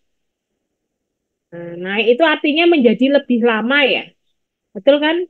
Tes tengahnya, ya karena kan kadar obat di dalam tubuhnya meningkat nih. Jadi tes tengahnya menjadi lebih panjang. Kecepatan ini berarti tes T-max-nya kan meningkat. Maksud saya turun itu dalam artian menjadi lebih lama. Loh, lah kok kehapus? Ki ngebaiknya nganggo apa? Ini T-max-nya.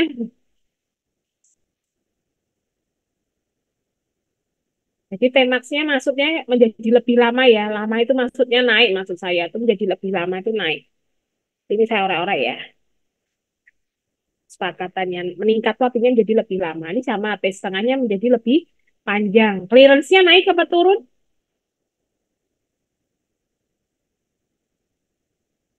Halo, clearance-nya naik apa turun?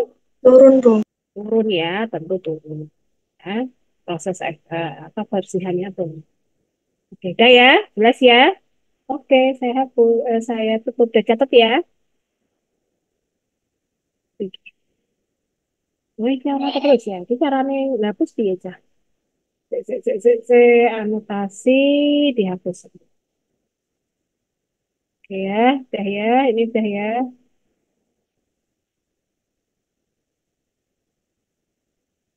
Ya, ya udah kalian catat toh. Terus ya, sekarang kita masuk ke liver disease.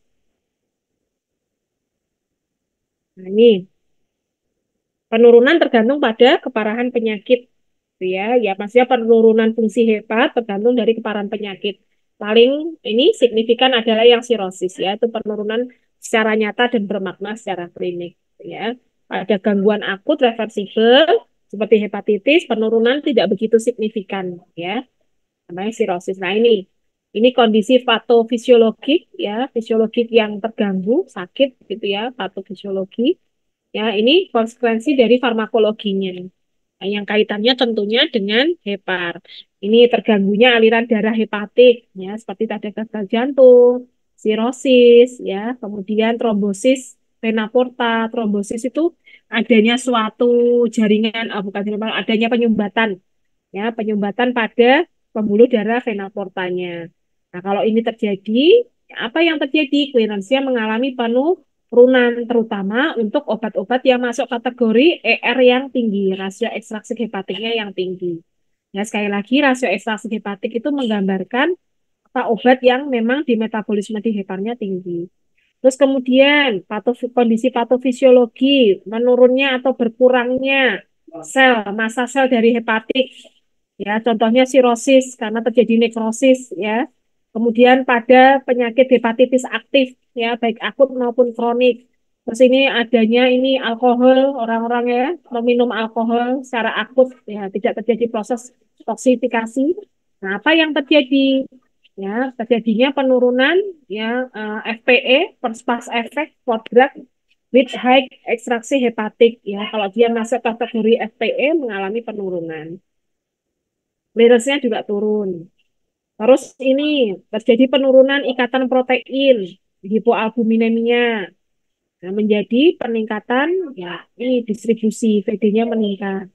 Terus kemudian ada kolestasis. Kolestasis itu kaitannya dengan saluran empedu, ya, saluran empedu. Jadi bisa terjadi pembentukan batu empedu di sana, gitu ya. Terus terjadinya apa ya, gangguan pada saluran empedunya. Nah, ini jelas metabolismenya akan mengalami gangguan. Terus kemudian ini portal sistemik SAN, ya, adanya semacam kayak apa ya, luka, ya. SAN itu kayak tembakan, maksudnya ada apa ya, ada gangguan di sistemik portalnya, ya. Dia bisa meningkatkan, ya, bioavailabilitas AUC-nya, ketersediaan hayatinya. AUC-nya mengalami peningkatan, terutama untuk obat-obat yang masuk di EH tinggi. Oke, ya, ini saya ambil dari Ritson. Nah, ini yang kaitannya sama enzim pemetabolisme. Ya, normalnya dia tinggi 100%, tapi semakin ke kanan, ya, mengalami penurunan fungsi hepar, maka nih, enzim sitokrom P450 kan macam-macam nih jenisnya. Semakin ke kanan, semakin hepar fungsinya semakin menurun, dia juga semakin berkurang jumlah dan aktivitasnya. Ya. Nah, ternyata nggak hanya enzim sitokrom P450 saja. Nah, ini enzim yang masuk di fase 2, ya, glukoronidasi, ya, jadi yang masuk di konjugasi itu enzim-enzim pengkonjugasi juga ternyata semakin berat, gitu ya, jenis penyakit heparnya, ya, semakin parah nih, ya, dia jumlahnya juga semakin menurun. Ya, nih contohnya sitokrom. Nah, ini maksudnya contoh obat yang dimetabolisme oleh enzim-enzim sitokrom P450. Dengan adanya liver disease, ya, penyakit hepar, ya, aktivitasnya semuanya mengalami penurunan. Semuanya mengalami penurunan. Tapi dia nggak mau nih metabolisme ini, ya, kecil sekali yang aktivitasnya. Oke, ya. Nah, jadi penurunan CYP 450 paling tampak di penyakit hepar, khususnya sirosis dan kolestasis. Ada gangguan di saluran empedunya. Ya, pengurangan ekspresi dan aktivitas CYP pada penyakit tidak bersamaan, melainkan bertahap dan bervariasi antar pasien. Nah, ini kolestasis menyebabkan penurunan hampir 30% dari CYP. Nah, kalau sirosis, ya hampir semuanya, ya. Oke. Nah, ini ada sirosis akan terjadi penurunan massa fungsi sel hati, ya, clearance intrinsiknya berarti kapasitas maksimal dari heparnya akan mengalami penurunan, aliran darah hepatik, KIH, blood flow tadi juga mengalami penurunan, juga mengalami hipoalbuminemia. Ini dampaknya tadi clearance-nya turun, ya. Kalau clearance turun, eliminasinya juga turun, waktu paro eliminasinya menjadi lebih lama, meningkat, ya, makin panjang.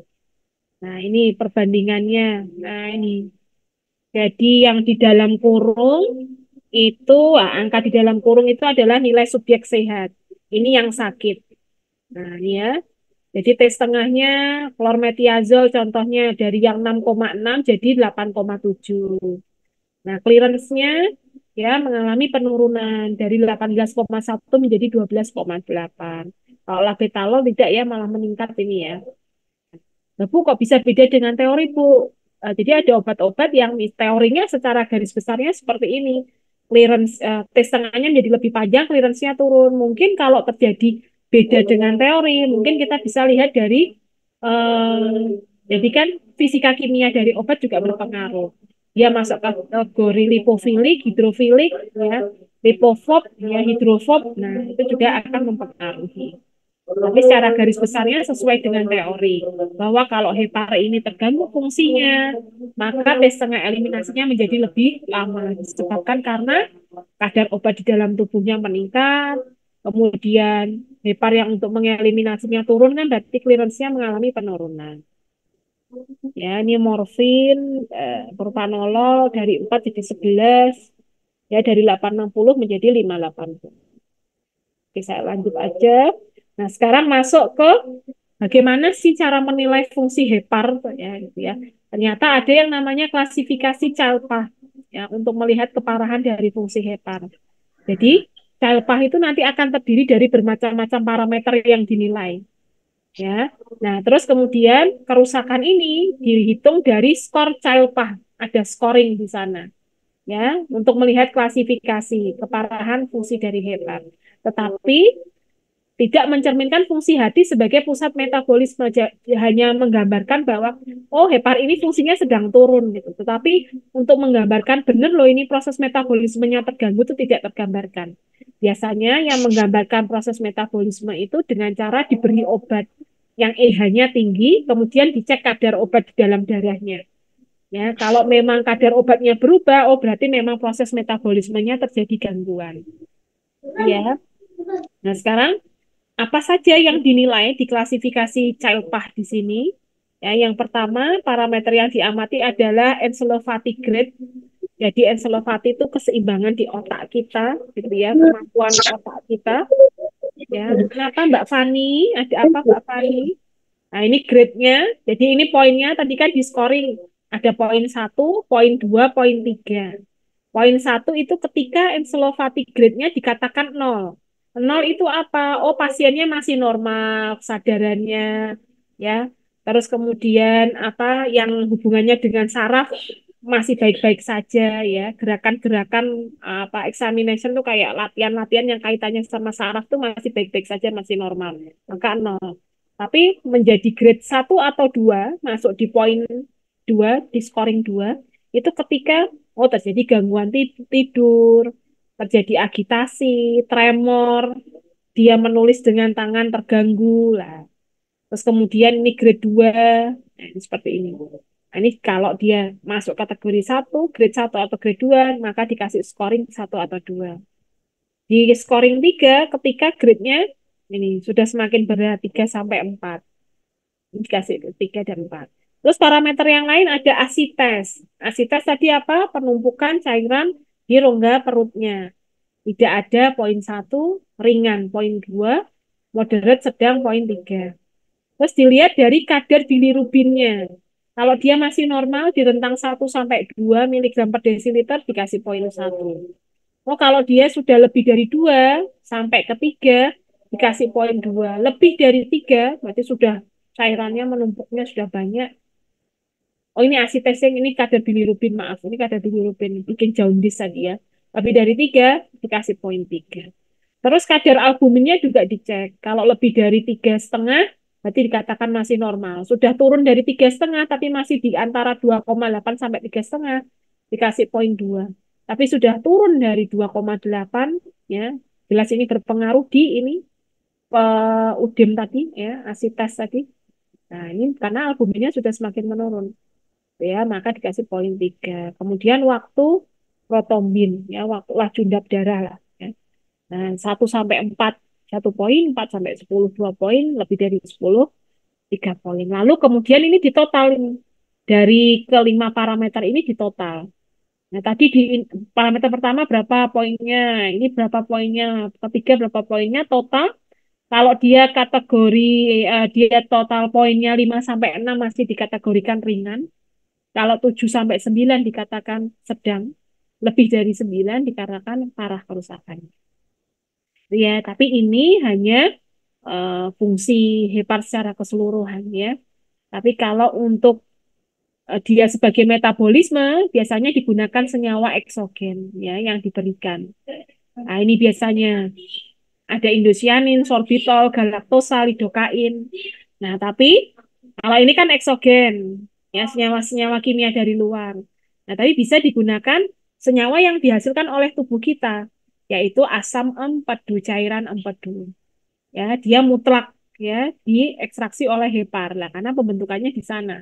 Nah, ini dilihat nanti. Kalau kadarnya ya asam empedunya itu kok rendah, semakin menurun, nah, berarti fungsi metabolismenya terganggu. Nah, ini yang senyawa-senyawa kimia kalau ini ya dipakai. Nah, sekarang bagaimana pengaturan dosisnya? Dengan tadi Ka-nya turun, Cmax-nya naik, Tmax-nya turun, waktu eliminasinya menjadi lebih lama, gitu ya. Bagaimana pengaturan dosisnya? Nah, ini kalau kita lihat kan, ini penyakit hepar itu ternyata di efek farmakodinamiknya itu macam-macam yang dihasilkan. Ya, ada yang respon berlebihan, ya responnya berlebihan. Jadi efek obatnya itu terjadi berlebihan. Contohnya untuk obat-obat sedasi, ya, benzodiazepin. Ada yang responnya ketika liver ini sakit, ada yang turun respon obatnya. Nah, contohnya obat-obat diuresis, ya, loop diuretik. Nah, ada yang meningkatkan toksisitas. Ya, contohnya untuk obat-obat yang nephrotoxicity, ya, untuk obat-obat aminoglikosida, berarti antibiotik ya. Oke, nah sekarang bagaimana dosisnya? Pasti dikurangi, gitu ya. Dikurangi seperti apa? Nah, nih, lihat kategorinya. Resiko berat, ya, resiko tinggi, sedang atau rendah. Di kategori resiko yang tinggi itu ketika obatnya masuk di kategori EH yang tinggi, EH 0,7. Jadi dia memang di metabolismenya di hepar, gitu ya. Ini konsekuensi dari desain dosisnya, kurangi DL dan DM-nya. Ya, kalau masih kategori yang sedang, ya masuk obat-obat kategori EH yang kurang dari 0,3, yang rendah, cukup dikurangi DM-nya saja. Tapi kalau dia masuk kategori yang rendah, nggak ada perubahan, maksudnya ya nggak ada masalah di EH tinggi, EH rendah, maka no change in dosage regimen. Pertanyaan saya, DL sama DM-nya ini kepanjangan dari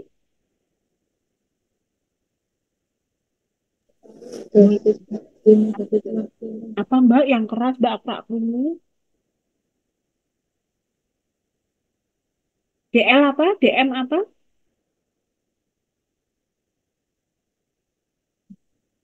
Sampai ditulis ya. Dosis lazim. Berarti DM apa? Dosis maksimum.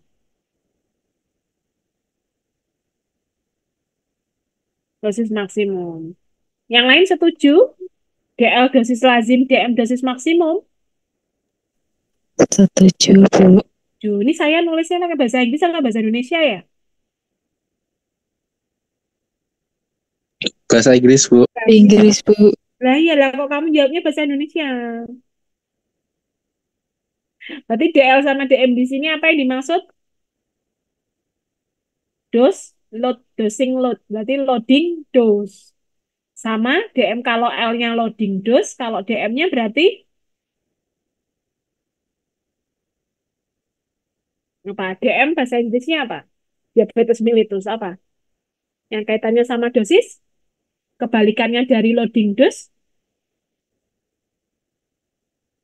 maintenance dose. Ya, loading dose itu dosis awal yang dalam jumlah yang besar. Tujuannya supaya efek terapi itu cepat tercapai. Gitu ya, efek kestabilannya cepat. Itu loading dose. Kalau maintenance dose yaitu dosis terapi. Ya, ketika dia tinggi, dikurangi baik loading dose maupun maintenance dose-nya. Tapi kalau dia masuk kategori rendah, sedang, cukup yang dikurangi maintenance dose-nya. Nah, sekarang berapa banyak dikuranginya? Gitu kan intinya dikurangi. Berapa banyak dikuranginya? Saya masuk ke berikutnya, ini dari jurnal. Nah, ya.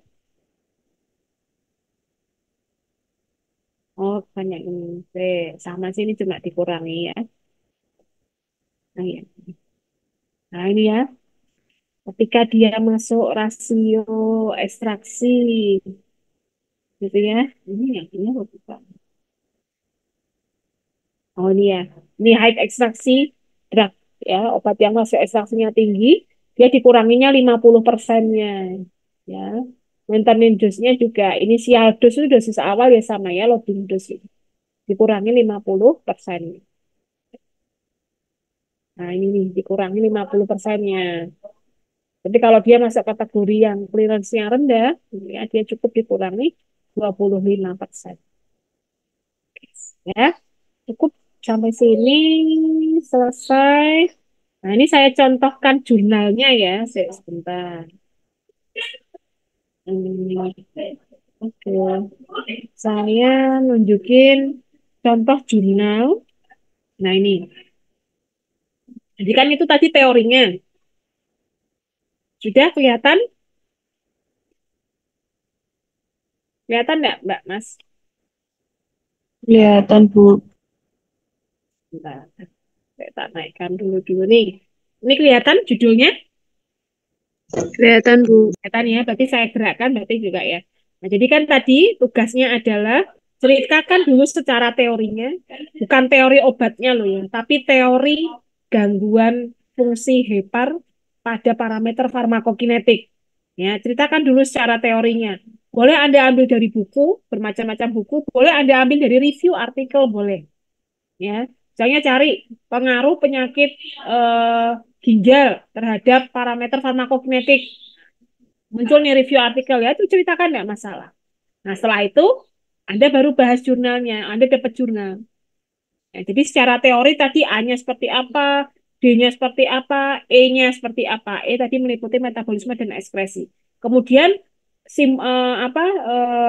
ringkasannya ya tadi seperti saya ketik tadi. Oh, Ka-nya naik kah, turun kah, C-max-nya, T-max-nya, ya itu masa absorpsi.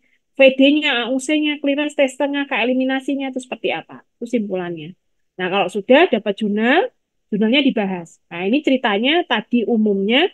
Sekarang tadi kan umum banyak obat macam-macam obat. Nah, kalau ini nih dilihat ada contoh efek dari ini, gangguan hepar ya, hepatic impairment ya.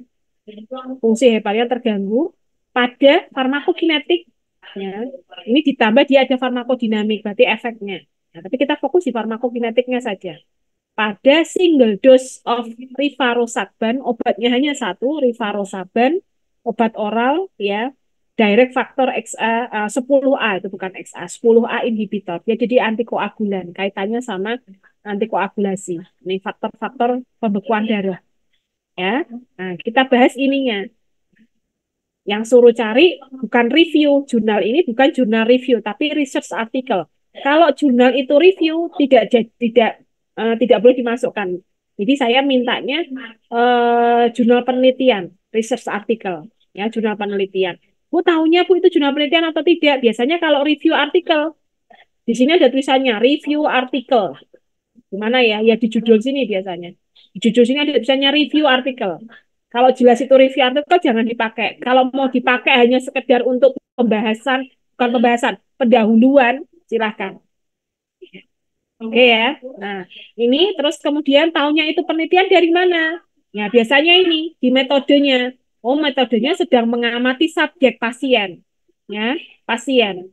Ada pasien yang kategori kerusakannya ringan, kategori kerusakannya sedang. Nah, sama dibandingkan sama healthy subjek. Di abstraksi ini bisa atau lihat di bab 3-nya. Nah, ini di metode. Nah, di sini. Ya. Terus memang dicek parameternya. Nih, parameter farmakokinetiknya memang dicek. Nah, itu berarti memang ini ada peneliti sedang meneliti ya melihat kerusakan hepat terhadap parameter farmakokinetik. Nah, itu ya. Oh, dokter kita ada, Bu. Biasa nih data. Nah, ini terus kemudian benar lagi itu research artikel atau enggak? Lah ini lihat. Parameter farmakokinetik. Nah, ini yang Anda bahas nantinya. Oh, tadi secara teori tadi kita bicara apa ya, misalnya, oh Tmax gitu ya. Kok Tmax? T setengah. T setengahnya tadi naik apa turun, Mbak Mas? Tadi yang saya tulis pakai merah, tadi saya ketik T setengahnya meningkat apa menurun kalau orang terganggu heparnya? Meningkat, Bu. Ya, meningkat. Sekarang kita lihat nih, benar nggak ya? Oh, healthy, orang yang sehat, heparnya nggak terganggu, itu 8. Ketika dia terjadi gangguan heparnya, entah itu sedang atau ringan atau sedang, jadi 10,4, 10,1. Berarti betul secara teorinya tadi. Terjadi peningkatan T setengahnya menjadi lebih lama. Oh, Cmax-nya yang tadinya 213 benar loh. Yang kerusakan heparnya tinggi, sedang, itu 279. Betul secara teori. Terjadi peningkatan. AUC-nya yang tadinya 1.500, benar loh, AUC tadi secara teori terjadi peningkatan fraksi aktif. Jadi AUC-nya meningkat menjadi 3.510. Maka carilah jurnal yang ada pembandingnya di dalam penelitian tersebut. Pasti ada healthy-nya, pasti ada yang sakitnya. Atau ada yang kalau lansia ya dibandingkan non-lansia. Kalau anak-anak ya dibandingkan yang nggak anak-anak. Kalau dia obesitas pasti dibandingkan tidak obesitas. Nah, ini nanti kamu bahas. Bahas di jurnal sudah ada discussion yang kamu baca. Bukan ini terjemahkan Indonesia dimasukkan dalam makalahnya, bukan loh ya.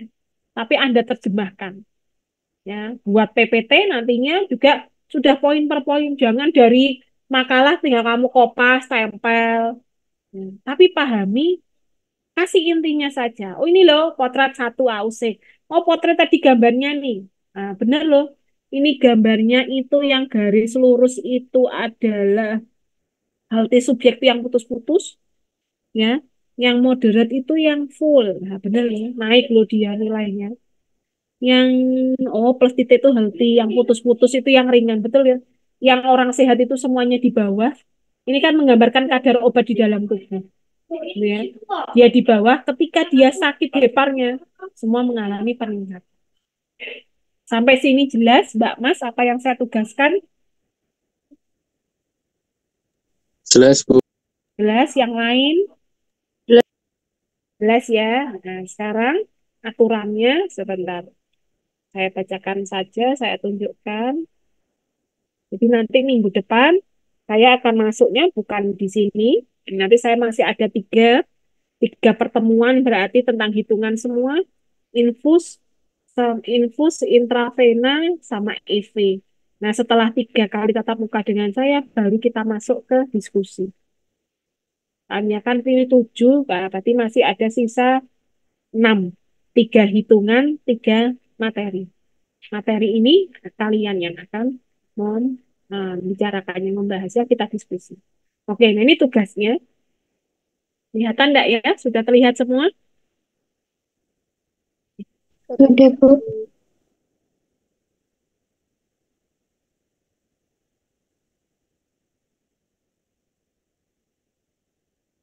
Nah, ini ya. Cari satu artikel dari jurnal internasional, ya, sebuah penelitian, ya, atau research, bukan review artikel, sekali lagi.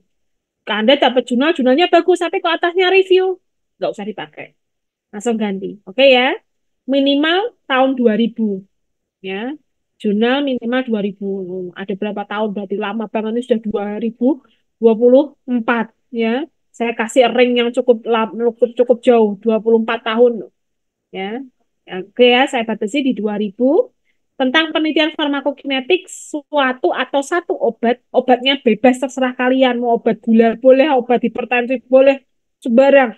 Obat apapun terserah. Ya, terserah obat apapun terserah pada kondisi pasien tertentu. Nanti sesuai pembagian kelompoknya. Kemudian jurnal tersebut ya pasti harus membandingkan profil farmakokinetik ya pada kondisi pasien normal dengan pasien kondisi khusus. Ya, jadi ini pembanding harus dalam satu artikel. Jadi penelitian tadi harus membandingkan antara yang sehat atau mungkin yang muda atau mungkin yang tidak obes, ya dibandingkan dengan obes, elderly, yang sakit jangan yang sehat. Ya, satu obat saja, sekali lagi penelitian, bukan review. Ya, selanjutnya buatlah makalah dengan format urutan cover pasti, ya. kata pengantar, daftar isi pasti, bab 1 dan bab 2. Bab 1 hanya bahas teorinya saja. Jangan teori obatnya. Saya tidak minta Anda bahas teori obatnya. Obat ini obat tentang apa. Enggak, saya tidak bahas itu. Oh, misalnya kamu nemu judulnya untuk hipertensi, malah bahas hipertensinya saya tidak mau. Malah bahas diabetesnya. Enggak, saya tidak minta itu. Saya minta kita ranahnya adalah farmakokinetik. Jadi yang